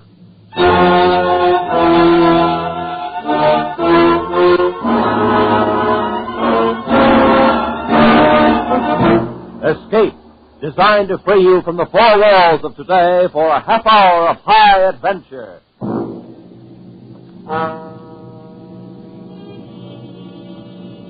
Tonight we escape to the year 100,080, and to a world where beauty and terror live side by side, as H.G. Wells described it in his immortal story, The Time Machine.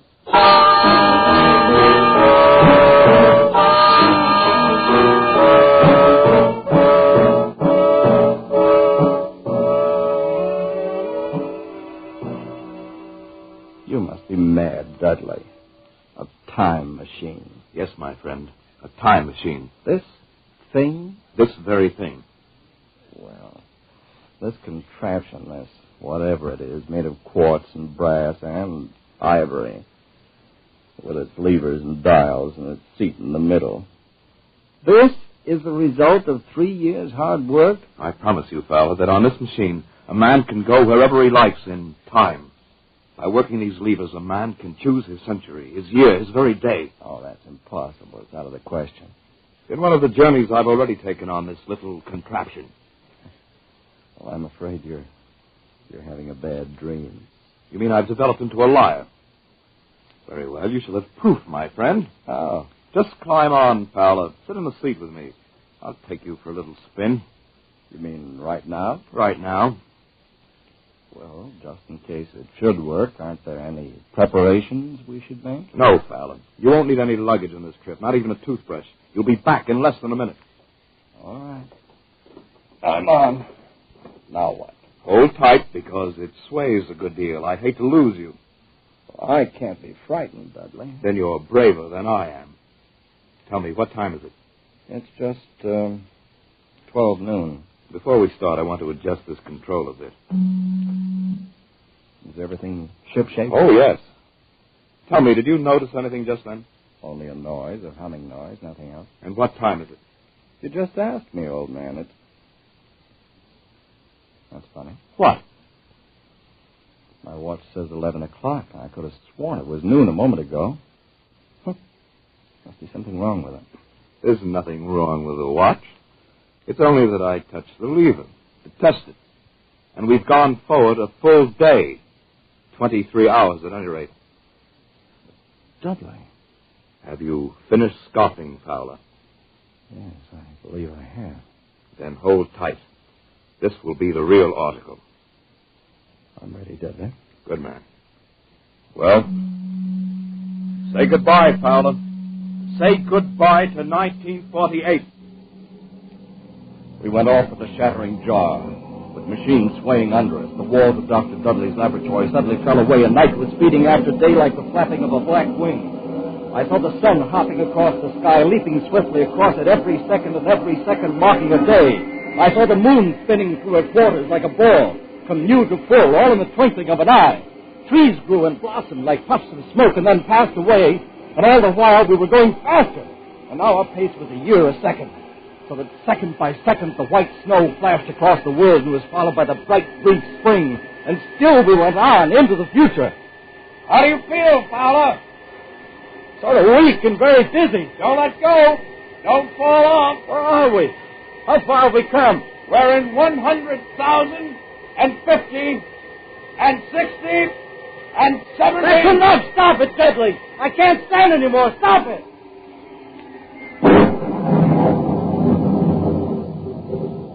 Fowler, are you all right?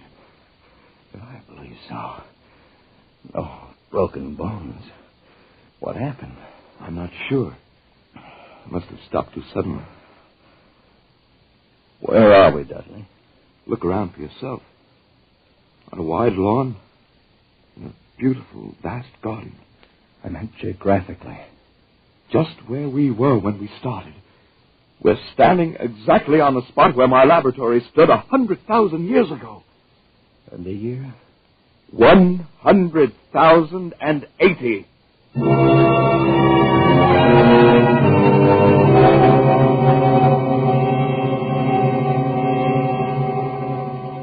It seemed absolutely incredible. A dream, but a pleasant one. For the garden in which we found ourselves was beautiful and summery and inviting.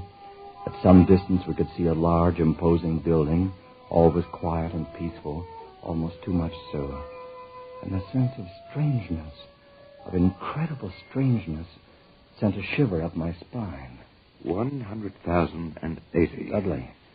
Dudley, have you thought what we might find here? What manner of man? What danger? I don't see any men at all. Well, perhaps they don't exist at all anymore. Or if they do, what are they like? How have they developed? It's been a long interval between us, more than 100,000 years. We won't know until we see them. And then it may be too late.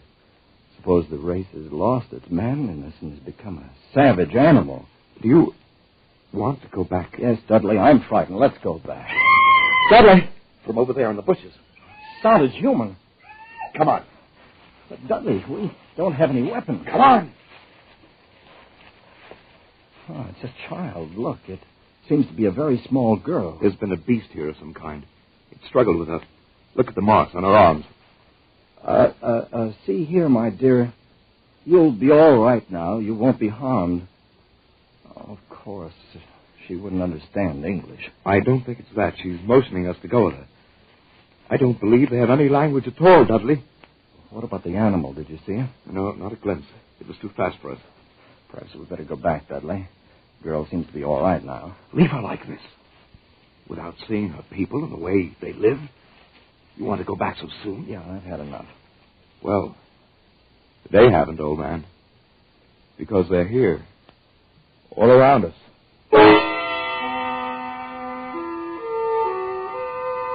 They had crept up on soundless feet to surround us, the little people of this era.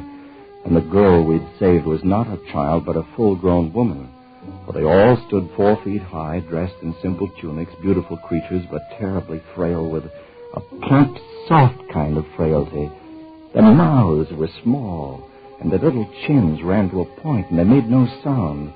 They were like eerie figures in a dream, and all we could hear was the heavy rustling of their clothes as they surged happily around us, their faces wreathed in smiles. Why, they're not savage at all. They're very loving and gentle little people. Yes, but there's something terribly wrong with them. How do you mean? They seem to have the minds of 5-year-olds. This one over here isn't trying to talk to me with gestures. Look at him. He seems to be asking me if I've come from the sun or a thunderstorm. How'd you expect them to be? Far ahead of us, of course. Incredibly ahead of us in knowledge and in science. And look at them. Children. Oh, they seem happy in this huge garden of theirs. That's something. I've changed my mind, Dudley. Maybe we shall enjoy spending a few days with our little friends. The little people led us home into their valley. They lived in colossal buildings, sleeping all together in one huge hall, eating in another, playing and frolicking together in the sunshine, and Dudley and I lived with them for days in utter contentment. One afternoon, we walked together along the banks of the great river. There's no apparent difference among the sexes. They all wear the same clothes, have the same soft, hairless skin, same feminine roundness of limbs. Yeah. I wonder if it's because they're vegetarians. They're vegetarians because they have to be. You haven't run across any horses or dogs or cattle of any kind, have you? No, now that you mention it. With good reason. They're all extinct by now. Just as the dinosaur is with us. Dudley, there's something very strange here. Something hidden away and silent. You may be right. Anyway, I've taken the precaution of removing the controls from the machine. I don't much fancy the idea of someone riding away with it into another century and leaving us here for the rest of our lives. Dudley, do you recognize this bit of ground? Why, yes, this is where we landed. I thought so. I wasn't sure. Why do you ask? Can't you see? Look around. It's empty. What's happened to the machine? They've taken it away. They stole it. Where, Dudley? Where? Look. See the tracks where they've dragged it? Over here. Come along. Right here. By this monument, the end of the trail. Those are brass doors in the base, and they're locked. The machine, it must be in there inside. We must get it straight down the door. How? How can we? Here, we'll use the levers.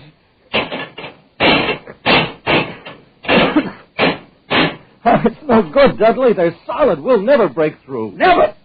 Never? Do you mean stay here for all our lives? Do you mean never go home again? They must open the machine, the time machine.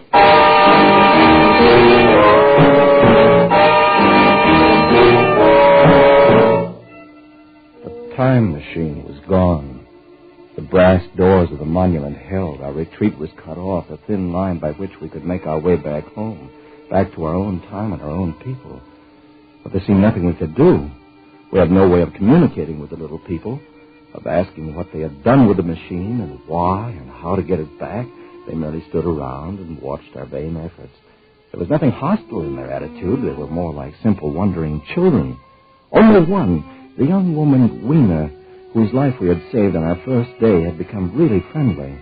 She went with us wherever we walked and brought us presents of garlands of flowers, slept near us at night in the hall, and we in turn had taught her a few words of English.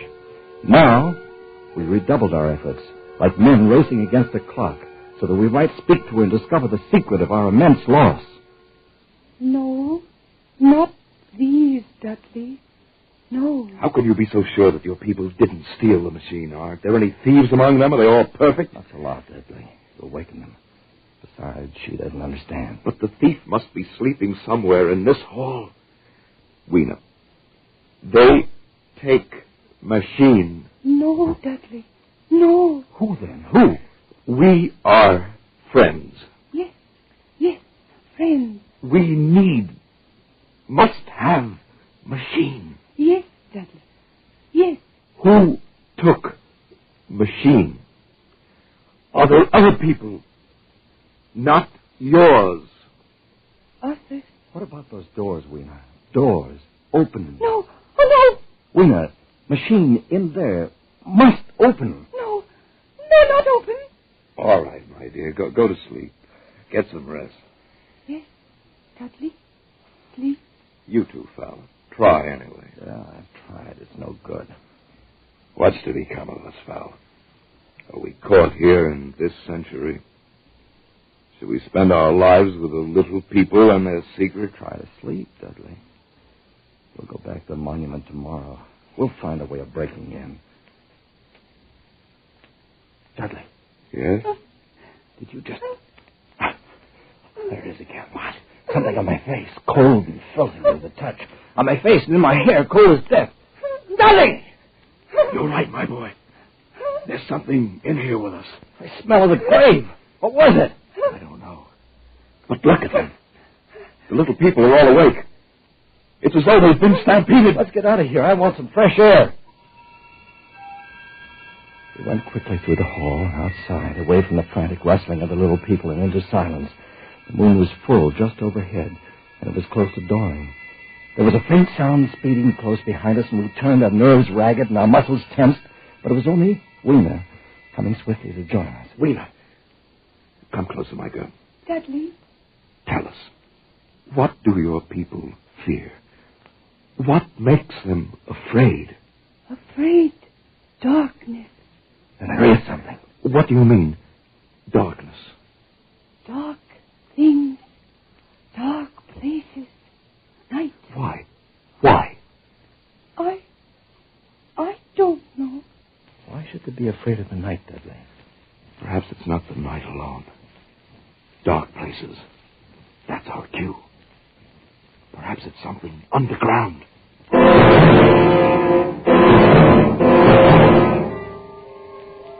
By now it was light, another day. We had wandered into a lovely wooded place about a mile from the community. Suddenly, Weena screamed. We stopped short. A pair of glaring eyes was fixed upon us. As we stood there petrified, the thing, a little ape-like figure, rushed across our path and disappeared in a clearing about 30 yards away. What was it? I couldn't see it too well. It seemed to be dull white, with white hair on its head and down its back. Looked like a small ape. That's because it was running on all fours and with its arms held very low. Weena, what's the matter? Morlocks. They are Morlocks. Who are the Morlocks? What are they? Weena, tell me. No, Billy. Let's go over there and see where it disappeared.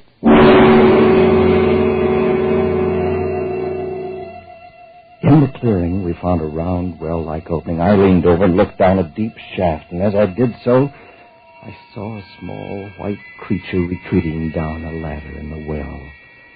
Something like a human spider. Its large, bright eyes watching me as it went swiftly down, and then it disappeared in the shaft. Paolo, did you see it? Like a ape? Yeah, but like a man. So there are two species of men in this world. Hey, fella. Yes? The little people above the ground, and this obscene thing, this bleached monster below. Two races of men in this country. That white look. It's common to animals that live in the dark, like huge rats, like worms that are cold to the touch. I know because they've touched me. You can feel air being sucked down into the shaft. Yes. The earth must be tunneled enormously here under our feet. And these monsters live in the tunnels. I think we know now who stole our time machine. Yes, I'm sure. Then we'll go down and have a look. No, don't go. Why not, Weena? Morlocks, you never come back. We've got to have our machine, my dear. You wait for us here. No.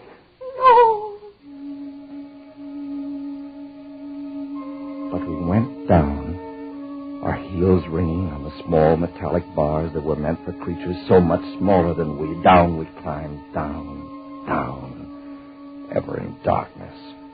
Down, it seemed, into the center of the earth, the core of the world.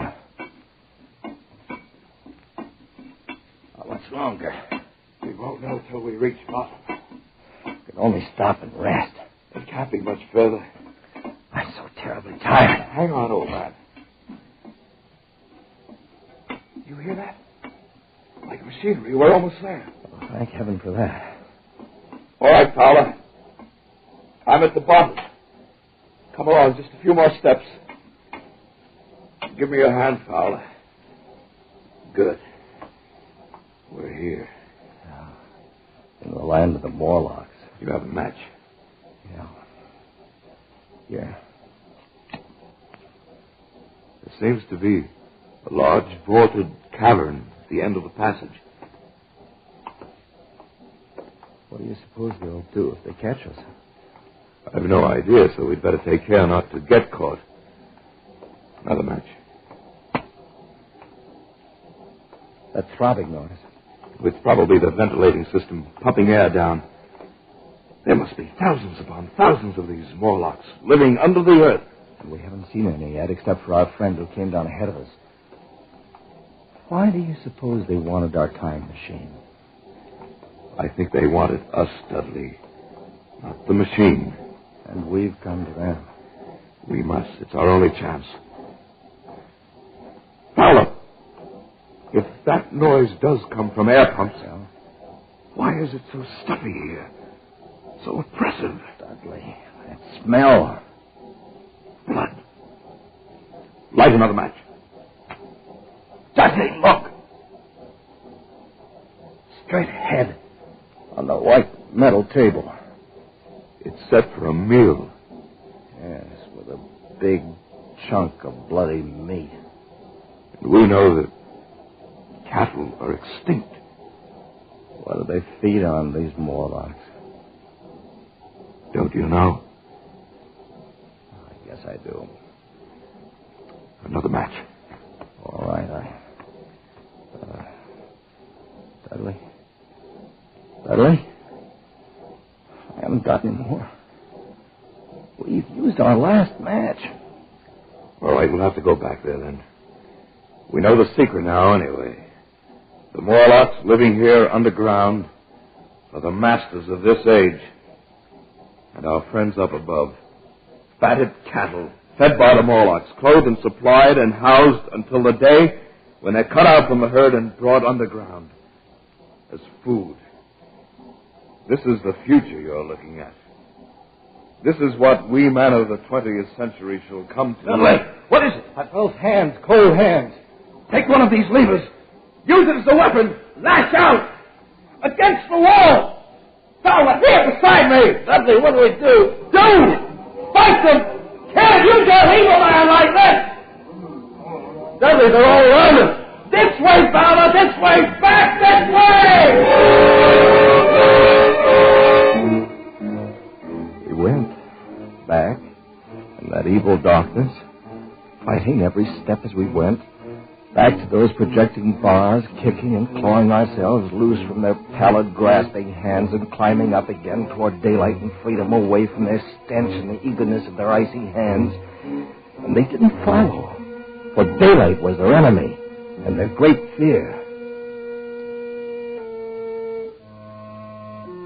And we lived among the lush gardens of the gentle little people like prisoners, like men without reprieve. Like men who are dead, while they still walk the earth. For the time machine was locked away behind great brass doors, and we knew we could never force them open. Then, one day, Weena told us of an old building, an ancient, staggering structure that had survived through many ages and was filled with many curious objects. A museum. That's what it must be, a museum, Fowler.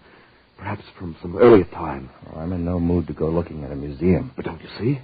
Specimens are hermetically sealed in museums. Perhaps there are things, weapons, machinery, something we could use. Oh, sure. If we could find some dynamite or gunpowder or something. We could blast those doors. We could get in. Where is this place, Weena? This old building that no one ever goes near? I take you, Fowler. It's not far. A chance, old man. A slim chance, but a chance nonetheless.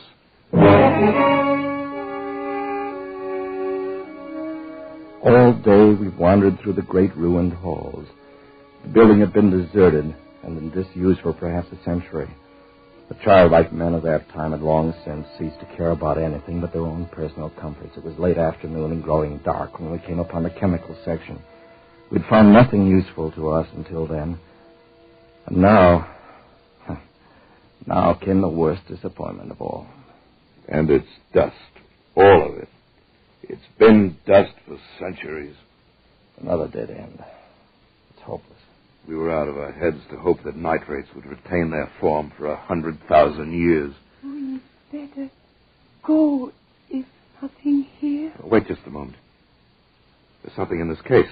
You can break it with your lever. Stand back a little. Hallelujah. A box of matches, hermetically sealed. It's perfect. Not even damp. And what should we do with them? Burn down those brass doors? Oh, better keep them anyway. At least we can smoke again. And you can't tell. Fowler. Yeah? On the floor. See them? Small, narrow footprints leading away into the darkness at the end of the gallery. Dudley. We'd better go. Pick Ween up and carry her. We'll have to run for it. Don't be frightened, my dear. It'll be all right. Go on, run!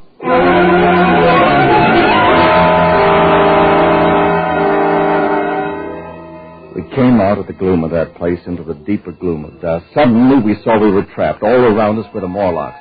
They were the 1,000 surrounding us and coming closer, a long, even line of deathly white, their eyes blinking in the half-light, and their tiny mouths alive with appetite. The matches, Dudley. Light a fire. Here, the forest is dry. Good. We'll have an inferno here in a minute. And our little friends don't like light or heat. The fire leaped high to the heavens, and the countryside was ablaze. The Morlocks turned in fear, blinded by the glare. Some of them burned into the middle of the raging flames, and the rest faded away like a fog. Dudley had left a narrow passageway for our retreat, and we fled down a long corridor of leaping flames and blistering heat. We fled to safety.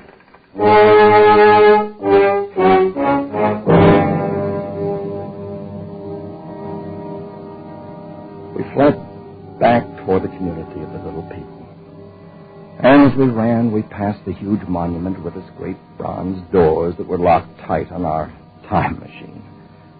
And suddenly, in the glare of the distant fires, we saw something that stopped us short. They're open. Fowler, the doors are open. No, not go in, Dudley, no. It's a trap. They're ready for us inside. Ready or not, we're going in. Dudley, it's suicide. It'll take me about 1 minute to screw the levers in again. Then I touch them and we're away. All right. I'll try to give you your 1 minute. Good boy. No, go, not leave me. You, my dear, you hold tight around my neck. You're coming home with us. All right, let's go.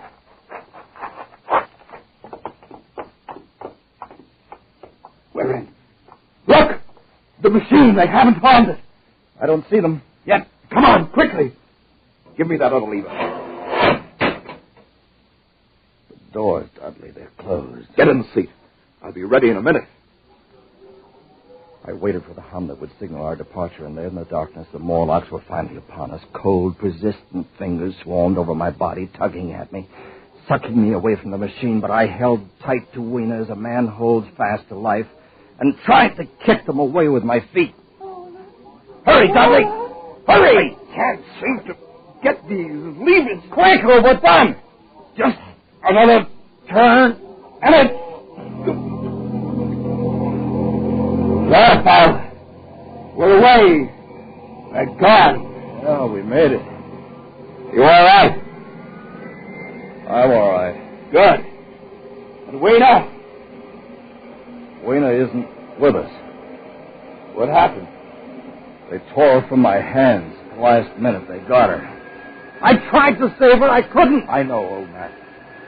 I still got a piece of her tunic here in my fist. A little piece of her tunic, Dudley. But nothing else.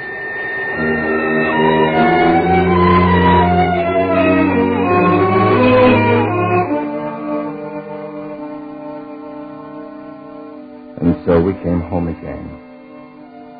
back into the very minute from which we had left. Back into 12 noon, May 9th, 1948. We were in Dudley's laboratory again, motionless, sitting on the ridiculous contraption which he called a time machine. Was it all a dream? A mad and feverish dream? Did any of it happen? Could any of it happen? No, of course not. How stupid. But then, what's this? What of this jagged piece of thick green silk I hold in my hand? What does that mean?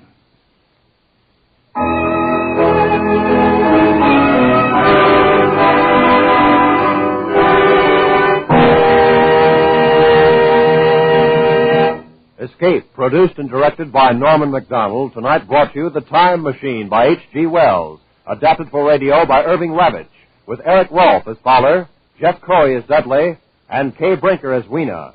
The musical score was conducted by Wilbur Hatch. Next week. You are wandering in a vast white solitude, torn by the icy blast of Arctic wind, your strength ebbing and frozen death creeping up on you, and behind you a man with a gun from whom there is no escape.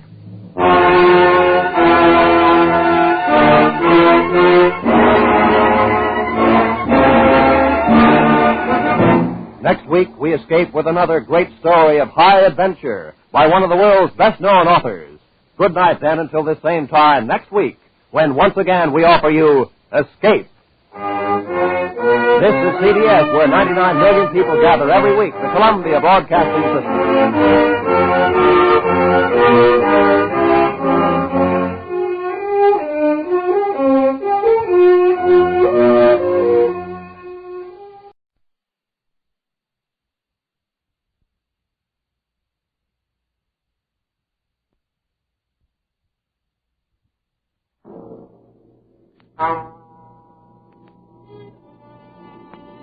Escape!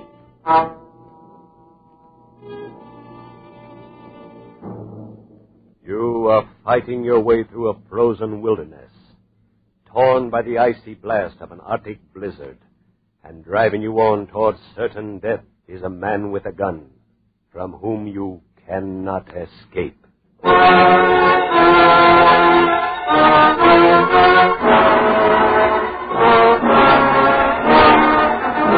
Escape, designed to free you from the four walls of today for a half hour of high adventure.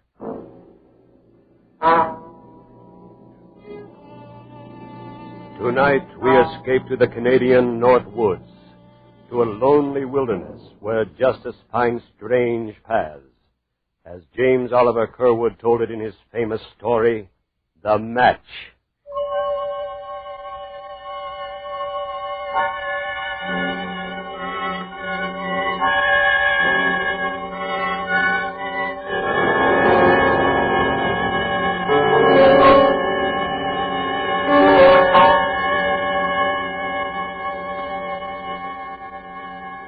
Below the Arctic Circle, where blizzards scream in the winter and tear frozen branches from the pine trees, where the driven sleet cuts human skin like flying glass, there men know and fear the eternal spirit of the icy north, the great cold spirit that weaves the patterns of human destiny, both weaves and destroys. Forever and again, the spirit throws out strange swirls of chance and coincidence that meet eventually in a terrible whirlpool which swallows up the old pattern and creates some new and different one for men to wonder and marvel at. One such swirl in time and space began months ago and far to the south, in a logging camp near the southern border of Canada, where two men faced each other on a narrow trail in the light of a full moon. It began in violence and hatred.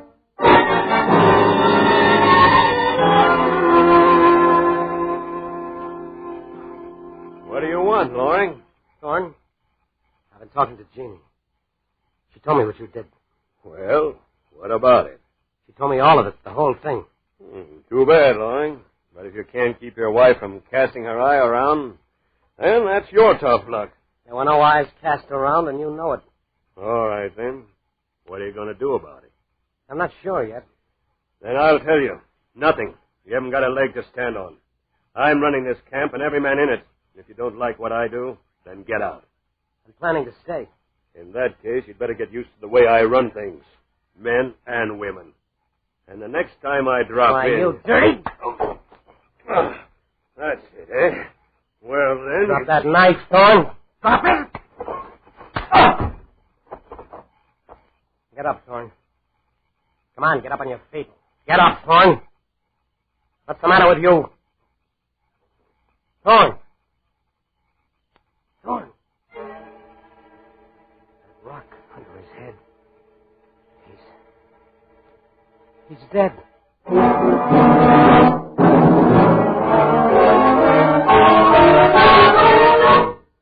Jeannie? Billy, what's wrong? Jeannie, I ran into Thorne a few minutes ago. Oh, Billy, your hand. What did you do? I hit him, Jeannie. He started to pull a knife, so I knocked him down. His head hit a rock when he fell. He's dead. No. Oh, no. They probably won't find Thorne till morning, so I've got to get out of here in the next half hour. Leave? I'm new here, Jeannie. They don't know me. It's just my word. I wouldn't have a chance. Where'll we go? Not you. You're going to take the baby and go back to the cottage in New York State. Well, where are you planning to go? North, honey. A long ways north. I'll have a better chance up there in the woods. They'll catch you, Billy. They always do. Don't worry. They won't catch me. And somehow, sooner or later, we're going to be back together again. Believe me.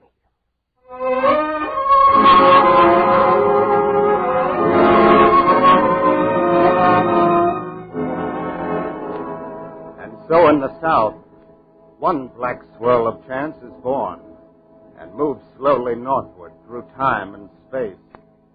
Moves even as the great Arctic storms move across the faces of continents. And there ahead of it, among the tumbled ridges of spruce and pine, another swirl of human fate moves at the whim of the bleak spirit of that frozen land. Moves first one way, then another, but centers always near one certain red-coated uniform of the Royal Canadian Mounted Police. Centers on the hard, lean figure of a man called Sergeant Brokaw. Nice shot, Sergeant. Thanks, Trooper. The captain sent me to... Wait. There's one more target still up out there. Dead center. Brother, I wish I could shoot like that. Work on it. Good shooting's something you'll need if you stay in the Mounties. I guess it's helped you plenty of times. Yeah, you. What have you got there? Telegram? Yeah. It's an order the captain told me to bring out to you. Here. Let's see. Special assignment for apprehension and return of a fugitive. Name, Billy Loring. Height, 5 feet, 11 inches. Weight, and so on and so on. Last seen near Hobbs Landing on October 3rd and reported heading north. Wanted for murder. Sergeant Brokaw signed. Instruction, bring back fugitive. They make it sound plenty simple, Sergeant. Bring back fugitive. That's just the way it ought to sound. When you're assigned to bring a man in, you bring him in. That's all there's to it. There's no excuse and no alibi for not doing it. You can take my word on it, Trooper. I've been doing it for 12 years. And so far, you've never missed getting your men? Not so far, not ever. When I go after a man, I'm going to get him, sooner or later. One way or another, I'm going to bring him back. Every time. And that goes for this, what's his name, Loring. You can bet your life on it.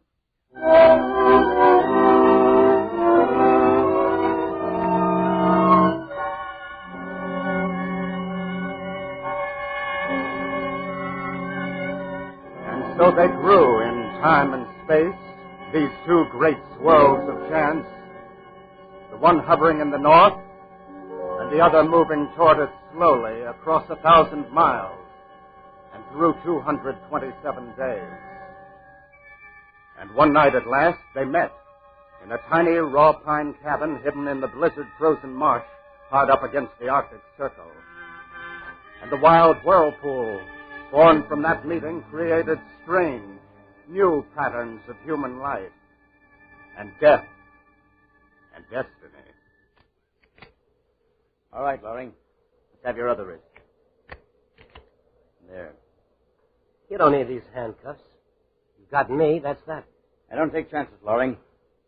You know it already, of course, but you're under arrest in the name of the Crown for murder. You can sit down in that chair by the stove. Thanks. It's funny, I've lived here all winter, and I've had pretty good luck trapping. Been selling furs to the Indians. In another month, I'd have had enough to go away and meet my wife. Then you come along. Tough luck, Loring. We start back for the post in the morning, or at least as soon as this blizzard lets up. That'll be 3 days. It always is. What's your name? Brokaw. Sergeant Brokaw. That's kind of funny somehow, today being the day you found me. That I did. I hate to be camping out in that blizzard tonight. What's so funny about today? It's her birthday. I mean, my wife, Jeannie. Here, let me show you. Hold it, Loring. Oh, no. It's all right. It's just her photograph. Here, let me unwrap it. See? Pretty girl. Yeah, that and everything else, Sergeant. You married? No. That's some of her hair. That curl that's into the picture. Yeah. Red, isn't it? It's like red gold. We got married on her birthday. So today's our wedding anniversary, too. She wanted it that way. She said the best things in her life always happened on her birthday. Yeah, well... Yeah, I guess it was crazy. But I was so happy when I got up this morning about what day it was and only 2 months to go and all. I put 2 places at the breakfast table, and I propped her picture up by one of them. I sat there talking to her while we ate together. I guess you get like that up here alone. I haven't seen a white man for 3 months. I had a little dog for a while, but he died about 6 weeks ago, and there wasn't any chance to get another one. Jeannie always liked dogs. Dogs and kids. You don't mind my talking this way, do you, Sergeant? Kind of helps. I don't mind. Why should I? Well, the thing is, we've always been so blamed crazy about each other. We'd never been apart until this came up. And then we had to be. And in another month or two, we'd have been back together. It's your own fault, Loring. It's not my concern. My job is to find you and bring you in. I've done part of that, and I will do the rest of it. Maybe so. I warn you right now, Sergeant, I'll make it as tough for you as possible. I'm going to get away if I can. You see, I promised her that we'd be together again. It's up to you, Loring. But if you start to play rough, I can play a whole lot rougher. One way or another, I'm going to bring you in to stand trial. There's nothing can stop me. Maybe so, Sergeant. You see, I'm probably the hardest man in the whole Royal Canadian Mounted, Loring. And that's your hard luck, too. Because you might have softened up another man with that stuff you were telling. You think that's why I talked about it? I don't know, and I don't care.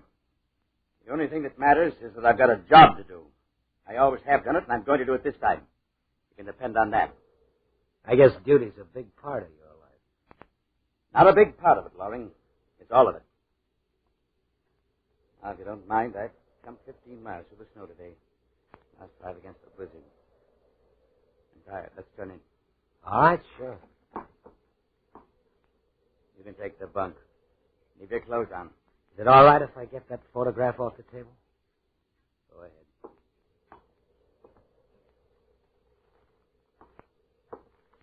All right. Put your feet together. Huh? What's the chain for? Another reason to call me hard. I'm going to padlock it around your ankles. You are cautious. That's right, Loring. There. Call out if you want anything in the night. If you try to get up without calling, I'll kill you. I'll sleep here in the chair. And this gun happens to be cocked. Thanks for warning me. Good night, Sergeant. Night. By the way, Sergeant Brokaw. Yeah? It's too bad you never got married. Why? Because when you go to sleep, you've nobody to dream about.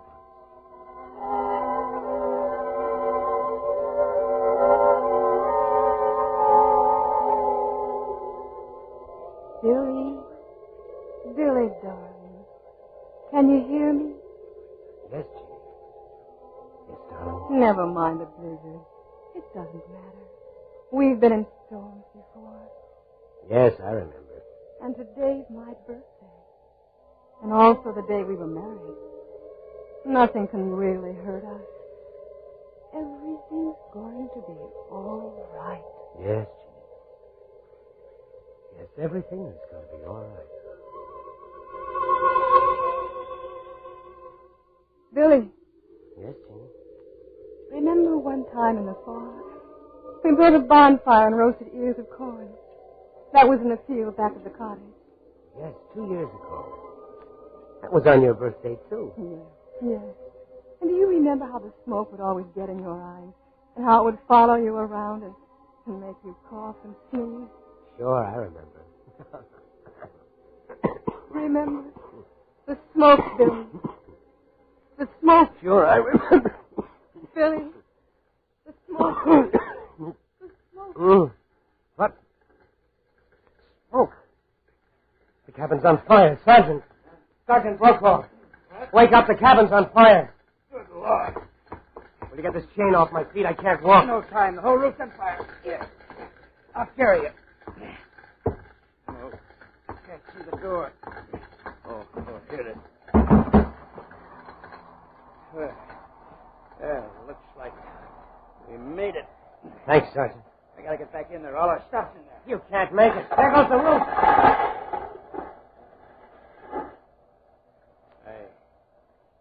Guess you know the spot we're in, Loring.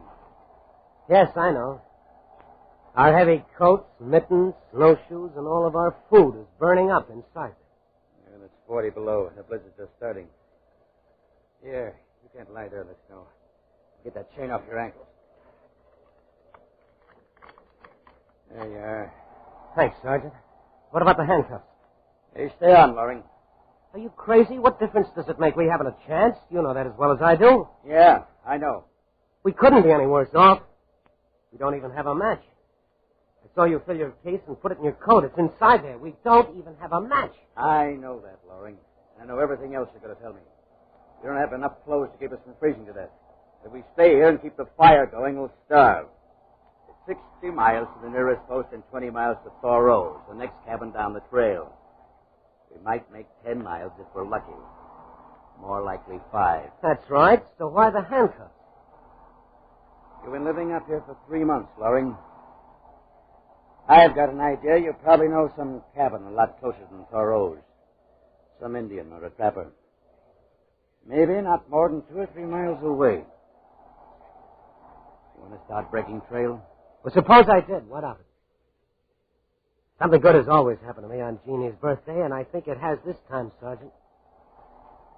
It's a lot easier to freeze to death than to go back and die the way I'd be doing it. So it's like that. It's like that. Unless you want to make a deal. What kind of a deal? Take off these cuffs, give me that revolver, and I'll get you out of this. There's a cabin, all right. Sorry, Loring. No deal. You're a fool, Brokaw. I got nothing to lose, but you're just tossing your life away. How about it? We'll take turns breaking trail. You can lead off first. We may as well start. Where? Thoreau's, of course. 20 miles. Why don't we sit down and freeze to death here instead of 5 miles from here? Because I'll be 5 miles closer to bringing you in. Come on. You're a fool, Sergeant. You're beaten, and you know it. Why don't you give in? Come on, Loring. Let's get going.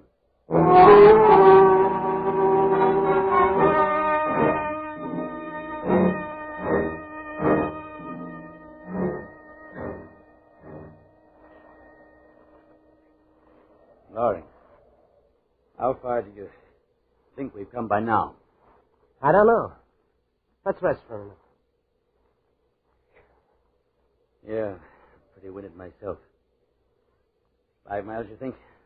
I'd say about 4. 16 more to Thoreau's. Think we'll make it, Sergeant? We'll try it. We only had some way of building fires. We could stop and get warm once in a while. Not even an Indian could build a fire in this blizzard without matches. Yeah. The wind is slacking off a bit. Which means it'll get colder. Now we better move on. Sergeant, how about taking off these cuffs? They're freezing to my skin. Look, I'm bleeding on both wrists. Then why don't you take us to that cabin you know about? Want to make that deal? No deal. No deal, no cabin. Then I'm sorry for you, Loring. But the cuffs stay on. Why? What difference can it make? We'll both be dead in 2 hours anyway. If we are, you'll still be wearing those cuffs. And this gun will still be in my holster. Dead or alive, you'll still be my prisoner. The hardest man in the mountains. Are you ready, Loring? Sure, why not? I'll let out for a while. Come on, let's go.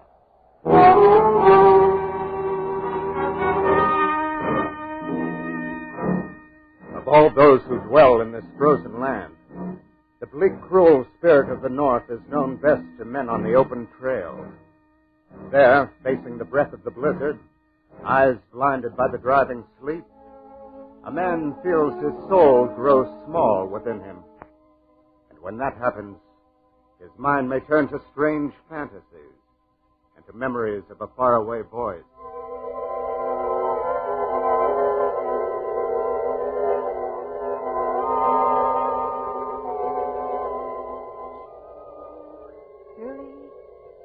Can you hear me, Billy? Yes, Jeannie. Everything's going to be all right, Billy. I love you. And everything's going to be all right. Sure. The snow doesn't matter. And the blizzard doesn't matter. They'll be gone soon.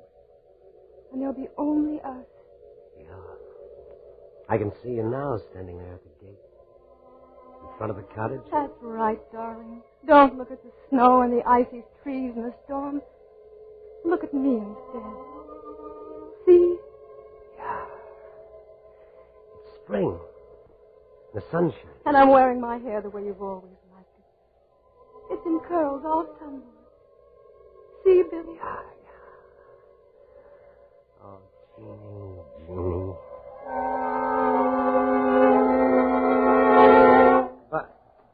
Brokaw? Brokaw, what's the matter? Helga. Tired. Rest a while. You can't lie there like that. You'll be asleep in 5 minutes. That'll be the end. 4 hours. How much farther? Around 14 miles. Come about 6 altogether. Your hands. In pretty bad shape. I don't know, Sergeant. I can't feel anything now. Might as well. Take those cuffs off. Stick out your hands. Thanks, Sergeant. Here's my gun. How come? I'm through. Beat. I'm giving in, Laurie. Take us to that cabin. What's wrong with you? You're too late, Sergeant. What do you mean? The cabin's about 2 miles from where mine was. We're over 4 miles from it now. Neither one of us can last another half mile.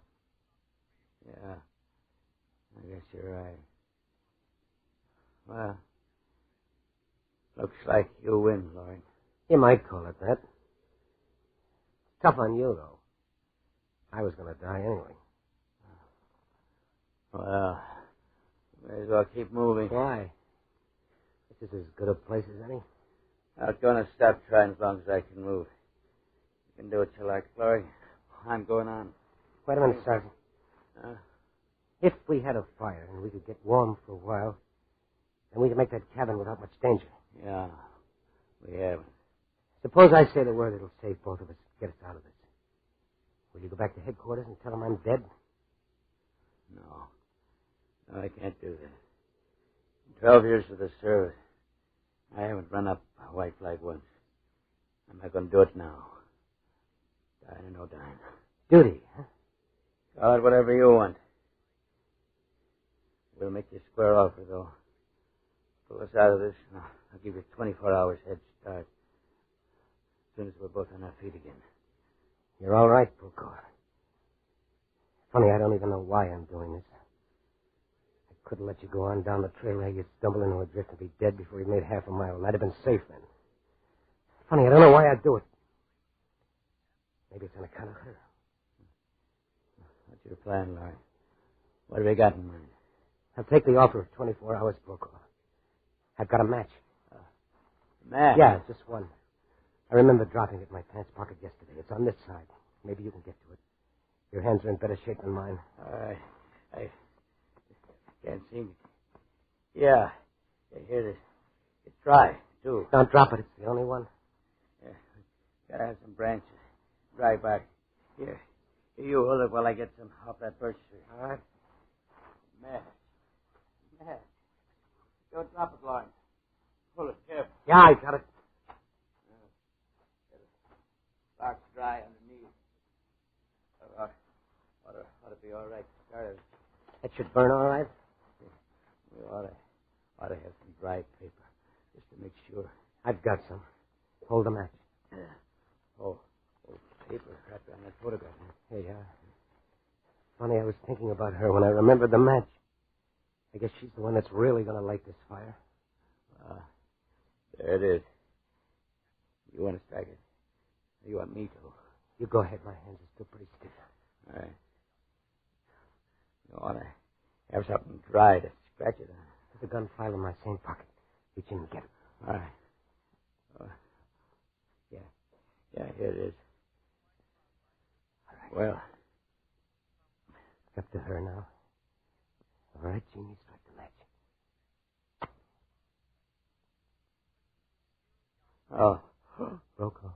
Oh. Brokaw, what's the matter? The match. Loring, it went out. No. Our only chance, and it went out.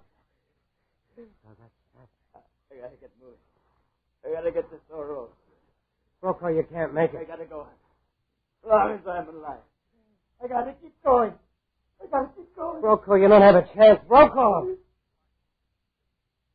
gone. Well, what's the difference? Here or half a mile farther? It's not so bad. It's kind of peaceful. Dreamy. So peaceful it's just like going to sleep. Don't go to sleep, Billy. Wake up. Everything's going to be all right. Wake up. Darling, you can't go to sleep. You've got to wake up.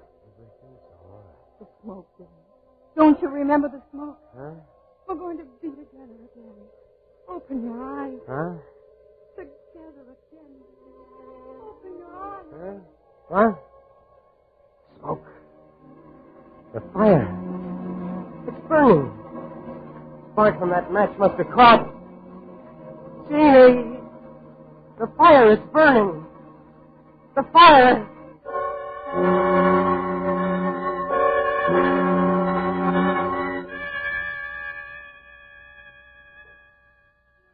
And so one man finds eternal sleep on the frozen breast of the snow, and one man dreams beside a fire, whose tongues of flame are like the red curls of a woman's hair. When the blizzard has stripped the little things away, and the soul of a man stands facing the blast, clean and bare and alone, then what is right and what is wrong? Does justice depend on the striking of a match? Is human destiny only a thing of accident and of chance? Ask the icy voice of the Arctic storm. Ask the cold, bleak spirit of the great North Woods.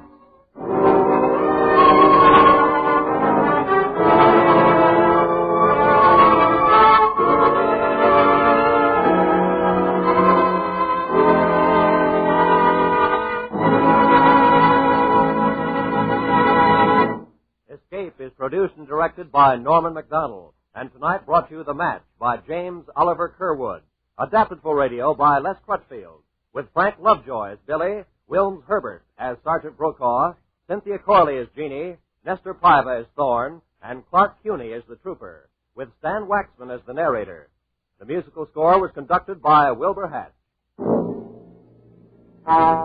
Next week. You are trapped on a remote plantation in the crawling Amazon jungle, and an immense river of ravenous ants is closing in on you, swarming in to eat you alive, a deadly black army from which there is no escape.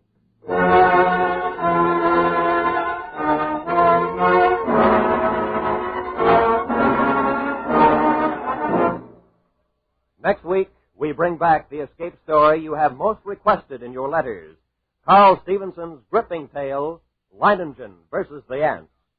Good night, then, until this same time next week, when once again we offer you Escape.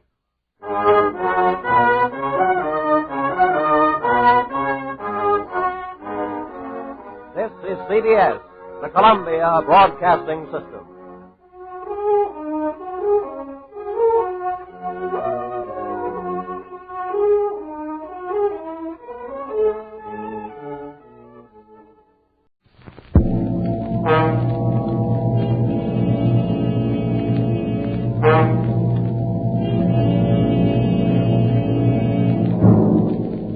Isolated on a remote plantation in the crawling Amazon jungle, and an immense army of ravenous ants is closing in on you, swarming in to eat you alive.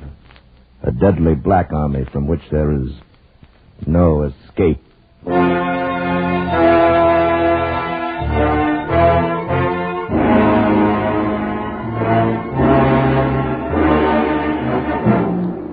Escape, produced and directed by William N. Robeson, and carefully contrived to free you from the four walls of today for a half hour of high adventure.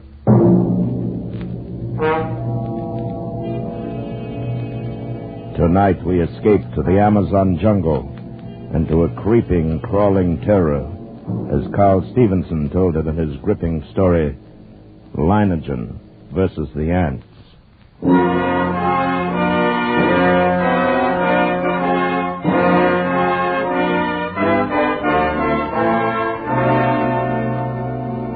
First met Leiningen while performing my duty as district commissioner.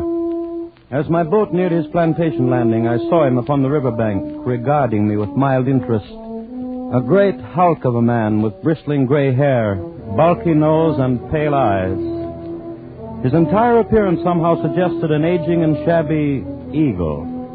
He escorted me to the terrace and had a drink brought. I came quickly to the point of my visit and issued my warning. Leiningen puffed placidly at a huge cigar and listened as I told him, unless they alter their course, and there's no reason why they should, they'll reach your plantation in 2 days at the latest. Uh-huh. Well, it was decent of you paddling all this way just to give me the tip. Tip? Commissioner, even a herd of crocodiles couldn't drive me from this plantation of mine. But these aren't creatures you can fight. They're an elemental force, a gigantic catastrophe. 10 miles long, 2 miles wide. Ants, nothing but ants. And each one as big as your thumb. And each of them a fiend from hell. Unless you clear out at once, there'll be nothing left of you but a skeleton picked as clean as your own plantation will be. I'm not getting out. But you can't fight. Yes, I can. I've got the best weapon there is, Commissioner. Intelligence. But can't I make you understand the hideous... I think it is you who do not understand. In the 3 years I've been here, I've met and defeated more than one catastrophe. Flood, drought, the plague. Events which caused many of my neighbors to flee for their lives. No, Commissioner, all my life I have lived with one creed. The human brain needs only to become fully aware of its powers to conquer even the elements. Leiningen, your obstinacy is endangering not only your own life, but the lives of your workers and their families. You don't know these ants. I tell you, you don't know these ants.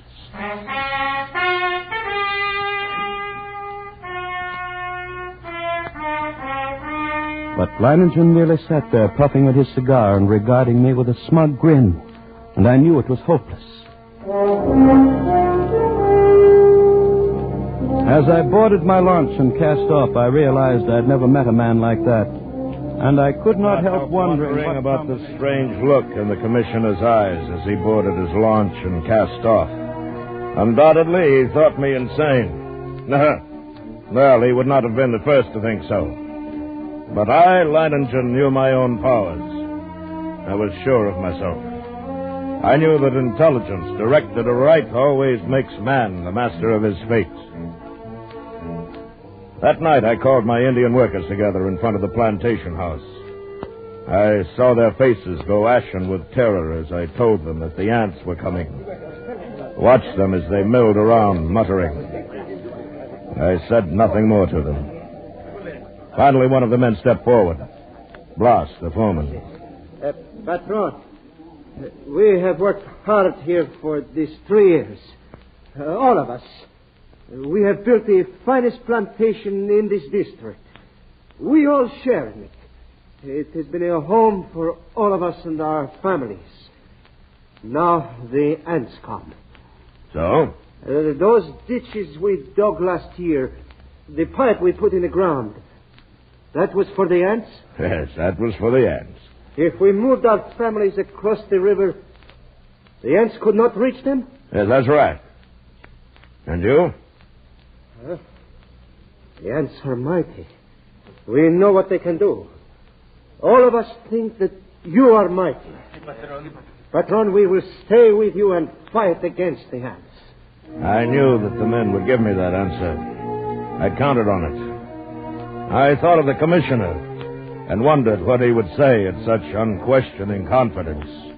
Would he still think I was insane? Or had he dismissed me? Out of my mind. One man who calmly evaluated his chances against a deadly menace, coolly decided he could win and was willing to stake his life on it, to risk a horrible death for it. It was terrifying. And yet it was fascinating.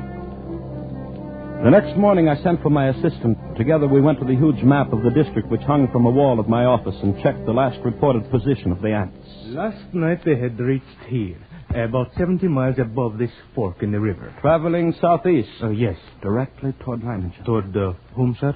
That plantation at the bend in the river belongs to a man named Leiningen. When would you say the ants will reach there? Oh, I don't know. I mentioned about tomorrow noon. Tomorrow noon, still time. Still time? What do you mean, sir? Why, nothing.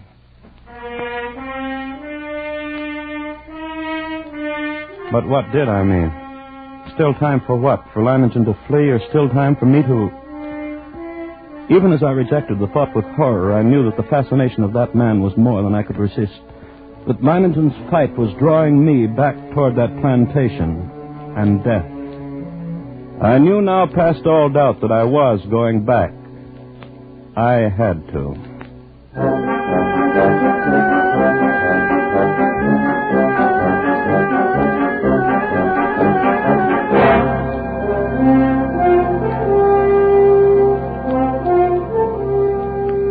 It was 10 o'clock in the morning when I rounded the bend and saw Leiningen's plantation before me. I put in at the dock and tied up the launch. Then I saw him standing on the bank above me, arms folded, stubby cigar in his mouth, and that same smug grin on his face. I made my way up to him. Back with another warning, Commissioner? No. Back to stay a while? Yes. You don't seem surprised. No, I'm not. You expected me? I thought you'd be back. Come along. We'll get some horses. You'll want to ride around the plantation, take a look at the defenses I've rigged up. Yes, I'll want to see the defense. And the ants. We'll be getting a glimpse of them before long, I should think. Yes, the ants.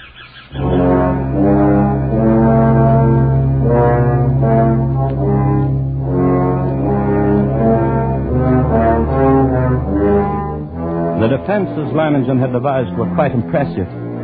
Surrounding 3 sides of the plantation like a huge horseshoe was a ditch 12 feet wide. The ends of this horseshoe-shaped ditch ran into the river which formed the 4th side of the plantation. At the upriver entrance to the ditch, Leiningen had constructed a dam by which the river water could be diverted into the ditch. A large hand wheel controlled the floodgate of the dam, and apparently Leiningen had ordered it opened immediately after my arrival. For as we now approached the ditch and rode along it, I could see that it was nearly full.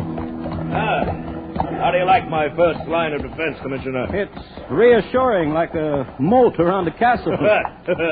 Unless the ants know how to build rafts, they won't reach the plantation. But this is only the outer moat. There's a better one than this. Now, come along. We'll go up to the high ground where the buildings are. I can get a view from there. Leiningen. Huh? I didn't see any women or children around the plantation or any animals. Yes, that's right. Moved them across the river. Then even you think there is danger. Not because of danger, Commissioner. Matter of efficiency. Efficiency? Yes, cuts down on the efficiency of the men if they're worried about their families. Critical situations only become crises when oxen and women get excited. I see. Here we are. See the ditch? It's much smaller than the others. Yes, you've noticed how all the buildings are on this piece of high ground. The inner ditch surrounds them, and it's lined with concrete. But even filled with water, this is no barrier. It's not big enough. Why, if the ants get this far, they'll get no farther. This ditch wasn't built for water, Commissioner. You see the pipes leading into it? See those storage tanks on the hill? Petrol. They can throw up a wall of flame. Care to bet they won't like that? I hope you're right. Leiningen, look. Over at the edge of the jungle, all those animals. Yes. Running like the wind. Everything from jaguars to monkeys. Good heavens. Remember, they don't have any ditches. But can they escape? Now, they'll be all right as long as they don't get caught between the river and the ants. They can outrun the crawlers. But if they get trapped, it's either the ants or the crocodiles.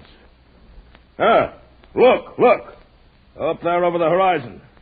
There are your ants. Look at them.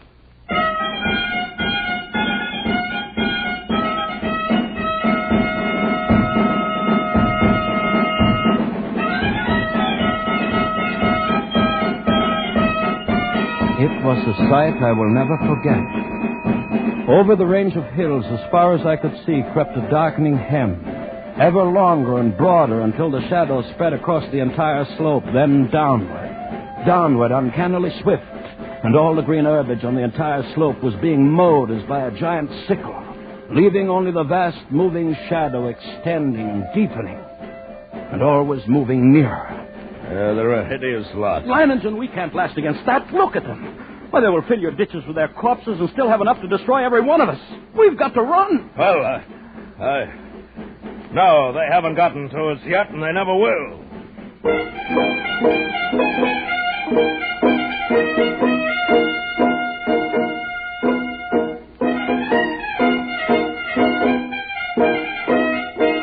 The hostile army was approaching in perfect formation.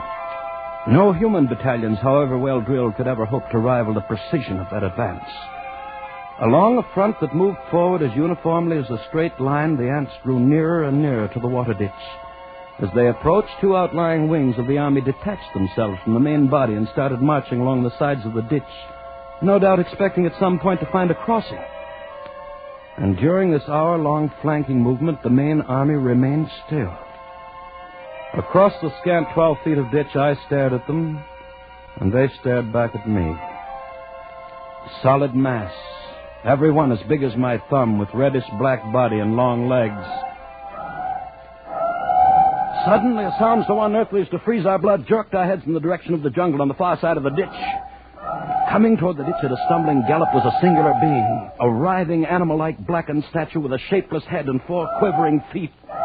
It was a stag, covered over and over with ants. Leiningen threw up his rifle, and the stag fell lifeless to the ground, its agonies at an end. Horrified as I was, my curiosity impelled me to glance at my watch. I had to know how long the ants would take.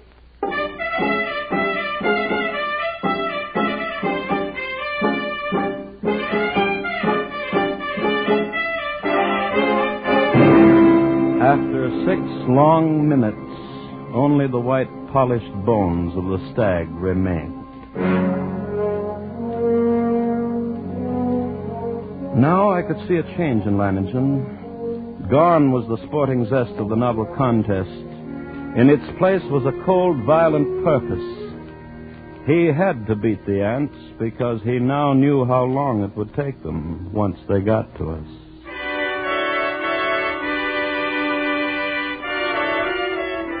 Around 4 in the afternoon, the ant scouts, having found no crossing, there was a stirring among the main army.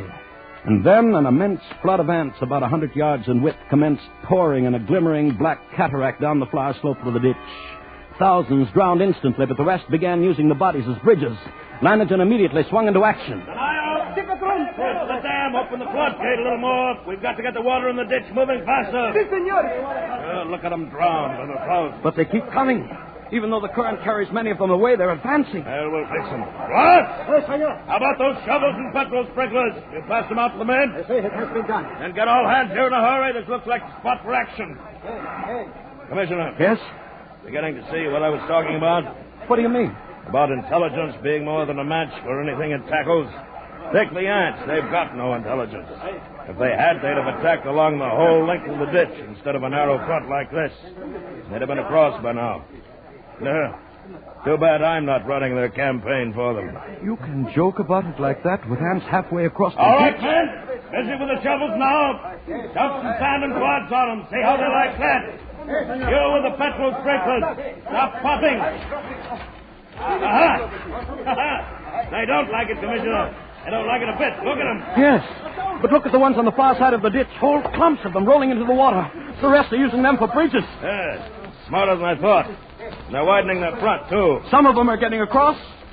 Grab a shovel, then, Commissioner. Make them regret it. What's the matter? They killed my shovel, senor. Let on my eyes. Enter the petrol, idiot. Douse your hands in the petrol. Don't stop now, the rest of you. Club them. Club them. We cannot hold it back, senor. We must run. Keep at it. Keep at it. Don't stop now. Aha! Oh, the water's moving faster. And now got the floodgates open. Yes. They can't hold their own against the current now. Look at them, Commissioner. The water's carrying them away. We've beat them. We've won out.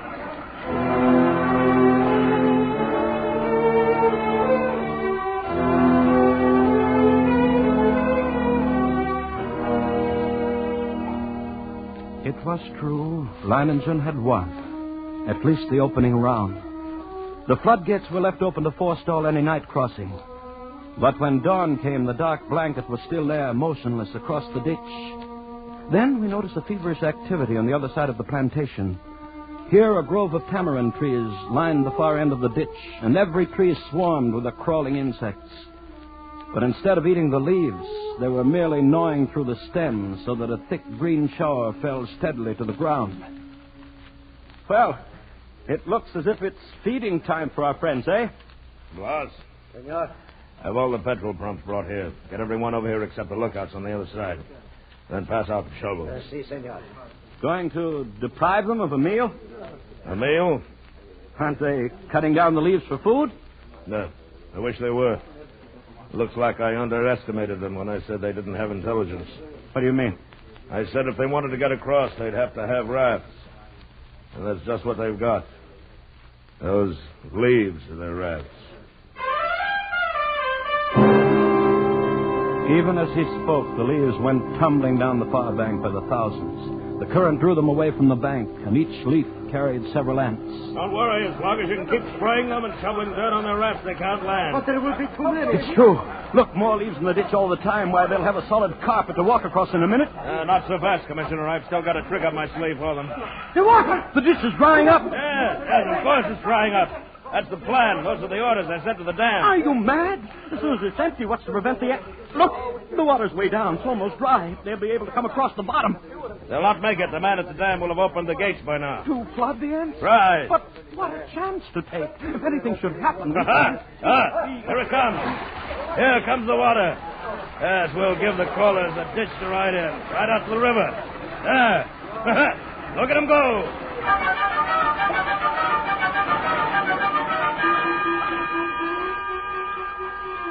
Leiningen's tactics were successful at first. The violent flow of water at the original depth raced through the ditch, overwhelming leaves and ants and sweeping them along. 3 times the ditch was emptied. 3 times the ants raced across its bottom, and 3 times the rushing water, arriving just in time, carried them away. But the 4th time, as the water lowered nearly to the bottom of the ditch, we waited in vain for the rushing waters, and then... What's the matter? What's gone wrong at the dam? Just as the man at the dam lowered the water almost to the bottom, the ants attacked. Before he could open the floodgate, he was almost surrounded. He ran. The ants kept coming. They are across the ditch. Leiningen stood motionless, absorbing the news of his defeat without a word. Then he raised his pistol and fired 3 shots into the air. The prearranged signal for all the men to retreat instantly to the second line of defense. The concrete ditches more than a mile from the point of the invasion. Soon after we arrived there, the natives commenced straggling in silently. Leiningen waited until all of them had gathered. Then he spoke to them. Well, lads, we won the first round and lost the second. But we'll smash the crawlers yet. Anyone who thinks otherwise can draw his pay and push off. There are rafts enough on the river and plenty of time still to reach them. You stay then. Good. Thank you, lads. And you, Commissioner. I can't persuade you to give up the fight? You cannot. Then I stay, too. Yeah. I knew you would. Senor. You are the answer. Read the ditch. They're trying to get across? No, senor. I didn't think they would. There's plenty of food out there for them. My fields and orchards, the work of 3 years. Ought to last them until morning, anyway.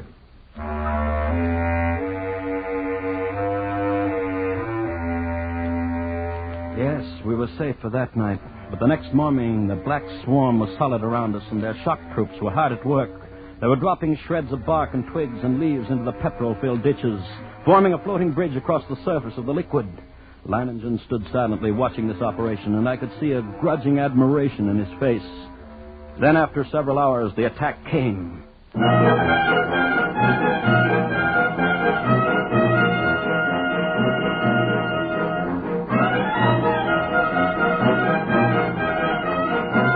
Down the ditch they poured, millions of them, and across the bridge of twigs, rapidly approaching the inner side.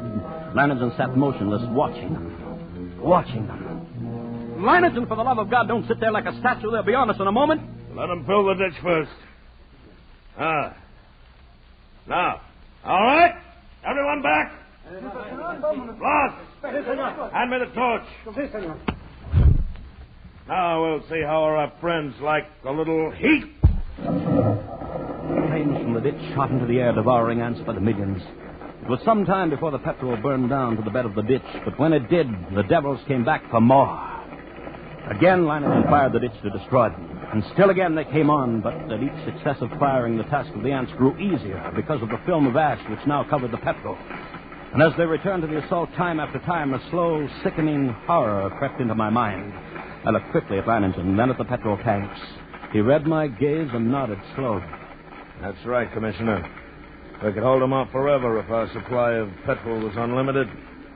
But it isn't.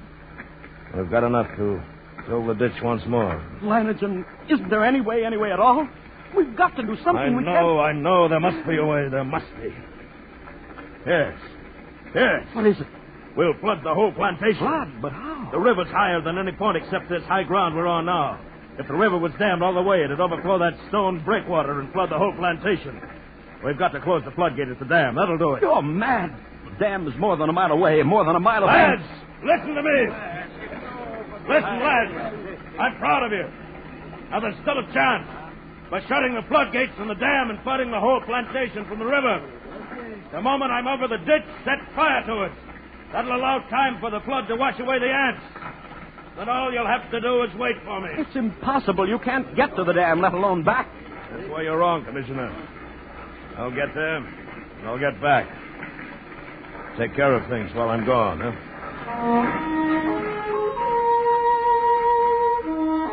I watched him as he calmly pulled on high leather boots, drew gauntlets over his hand and stuffed the spaces between breeches and boots, gauntlets and arms, with petrol-soaked rags. He shielded his eyes with close-fitting mosquito goggles and plugged his nostrils and ears with cotton. Then the natives drenched his clothes with petrol. Blas, who acted as doctor to the men, smeared a salve over him, and finally Leiningen was ready. And as he stood calmly surveying... Ready for the run, I realized that this is as it should be. I, Leiningen, would meet the ants and defeat them, or be defeated by them. Leiningen versus the ants. Yes, it was right that it should be like this. But now there was no more time for thought. Only action. I took a deep breath and then bounded across the ditch and among the ants. I ran in long, equal strides with one thought, one sensation in my being. I must get through. I dodged the trees and shrubs. Except for the split seconds my soles touched the ground, the ants would have no opportunity to alight on me. I ran on. I was halfway to the dam before I felt ants under my clothes and a few on my face. I struck on them mechanically, scarcely conscious of their bites. And the dam drew toward me slowly. And the distance grew less. Finally, only 100 yards away. 50. Then I was there. I gripped the ant-covered wheel, but hardly had I seized it when a horde of ants flowed over my hands and arms. I strained, and slowly the wheel turned. And turned more. The floodgate was swinging slowly shut. Then it was shut. And the water was rising behind the breakwater. Closer to the top. Closer. And then it was spilling over. Flooding of the plantation had begun. I let go of the wheel and started back through the ants. I was coated from head to foot with the fiends. Tongues of fire stabbed at me as they bit into my flesh. I almost lost my head with the pain as I ran, knocking ants from my body, brushing them from my bloody face. And then one bit me just below the rim of my goggles. I managed to tear him away. But the agony of the bite and its venom drilled into the eye nerves. I saw now through circles of fire into a milky mist. I was almost blinded. But I knew that if I tripped and fell... I ran on, my heart pounding as if it would burst. Blood roaring in my ears, a giant's fist battering my lungs. And then I could see dimly that wall of flame at the ditch, but it was too far away. I could not last half that distance. I stumbled and fell. Felt myself being swarmed over, devoured. Tried to rise. A great weight. And then suddenly the vision of the half-devoured stag in my brain. 6 minutes, then nothing but bones. I couldn't let that happen to me. I couldn't die like that. To my feet.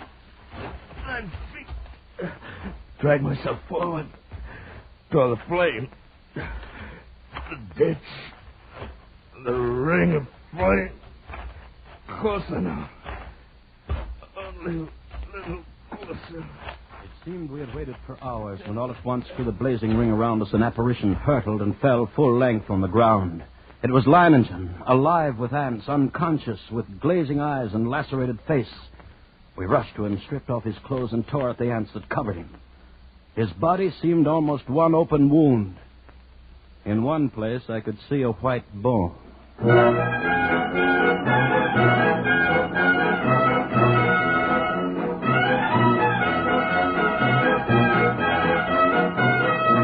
Later, as the curtain of flame lowered, I looked out where the blanket of ants had been and saw only a vast expanse of water, covering the entire plantation and working its way to within a few feet of the concrete ditch.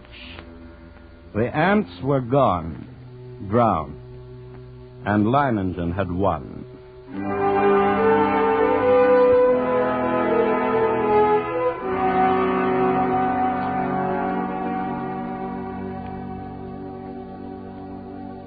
He lay on his bed, his body swathed from head to foot with bandages, but alive and still in command. Everything in order? Everything's in order. I told you I'd come back. Even if I am a bit streamlined.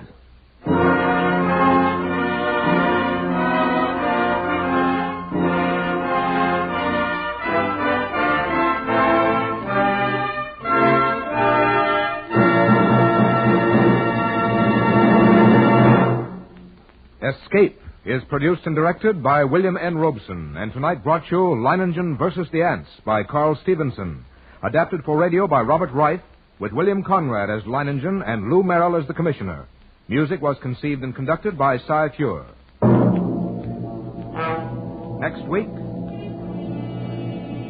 You are groping through a dark alleyway in the French Quarter of New Orleans, with terror driving you on. And always before your eyes is the malevolent stare of a voodoo man, striking you with a deadly curse from which you must escape.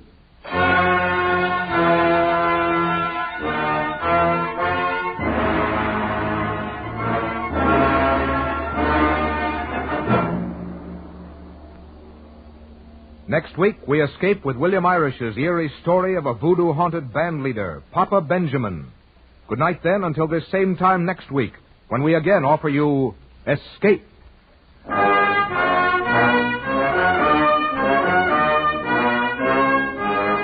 This is CBS, the Columbia Broadcasting System.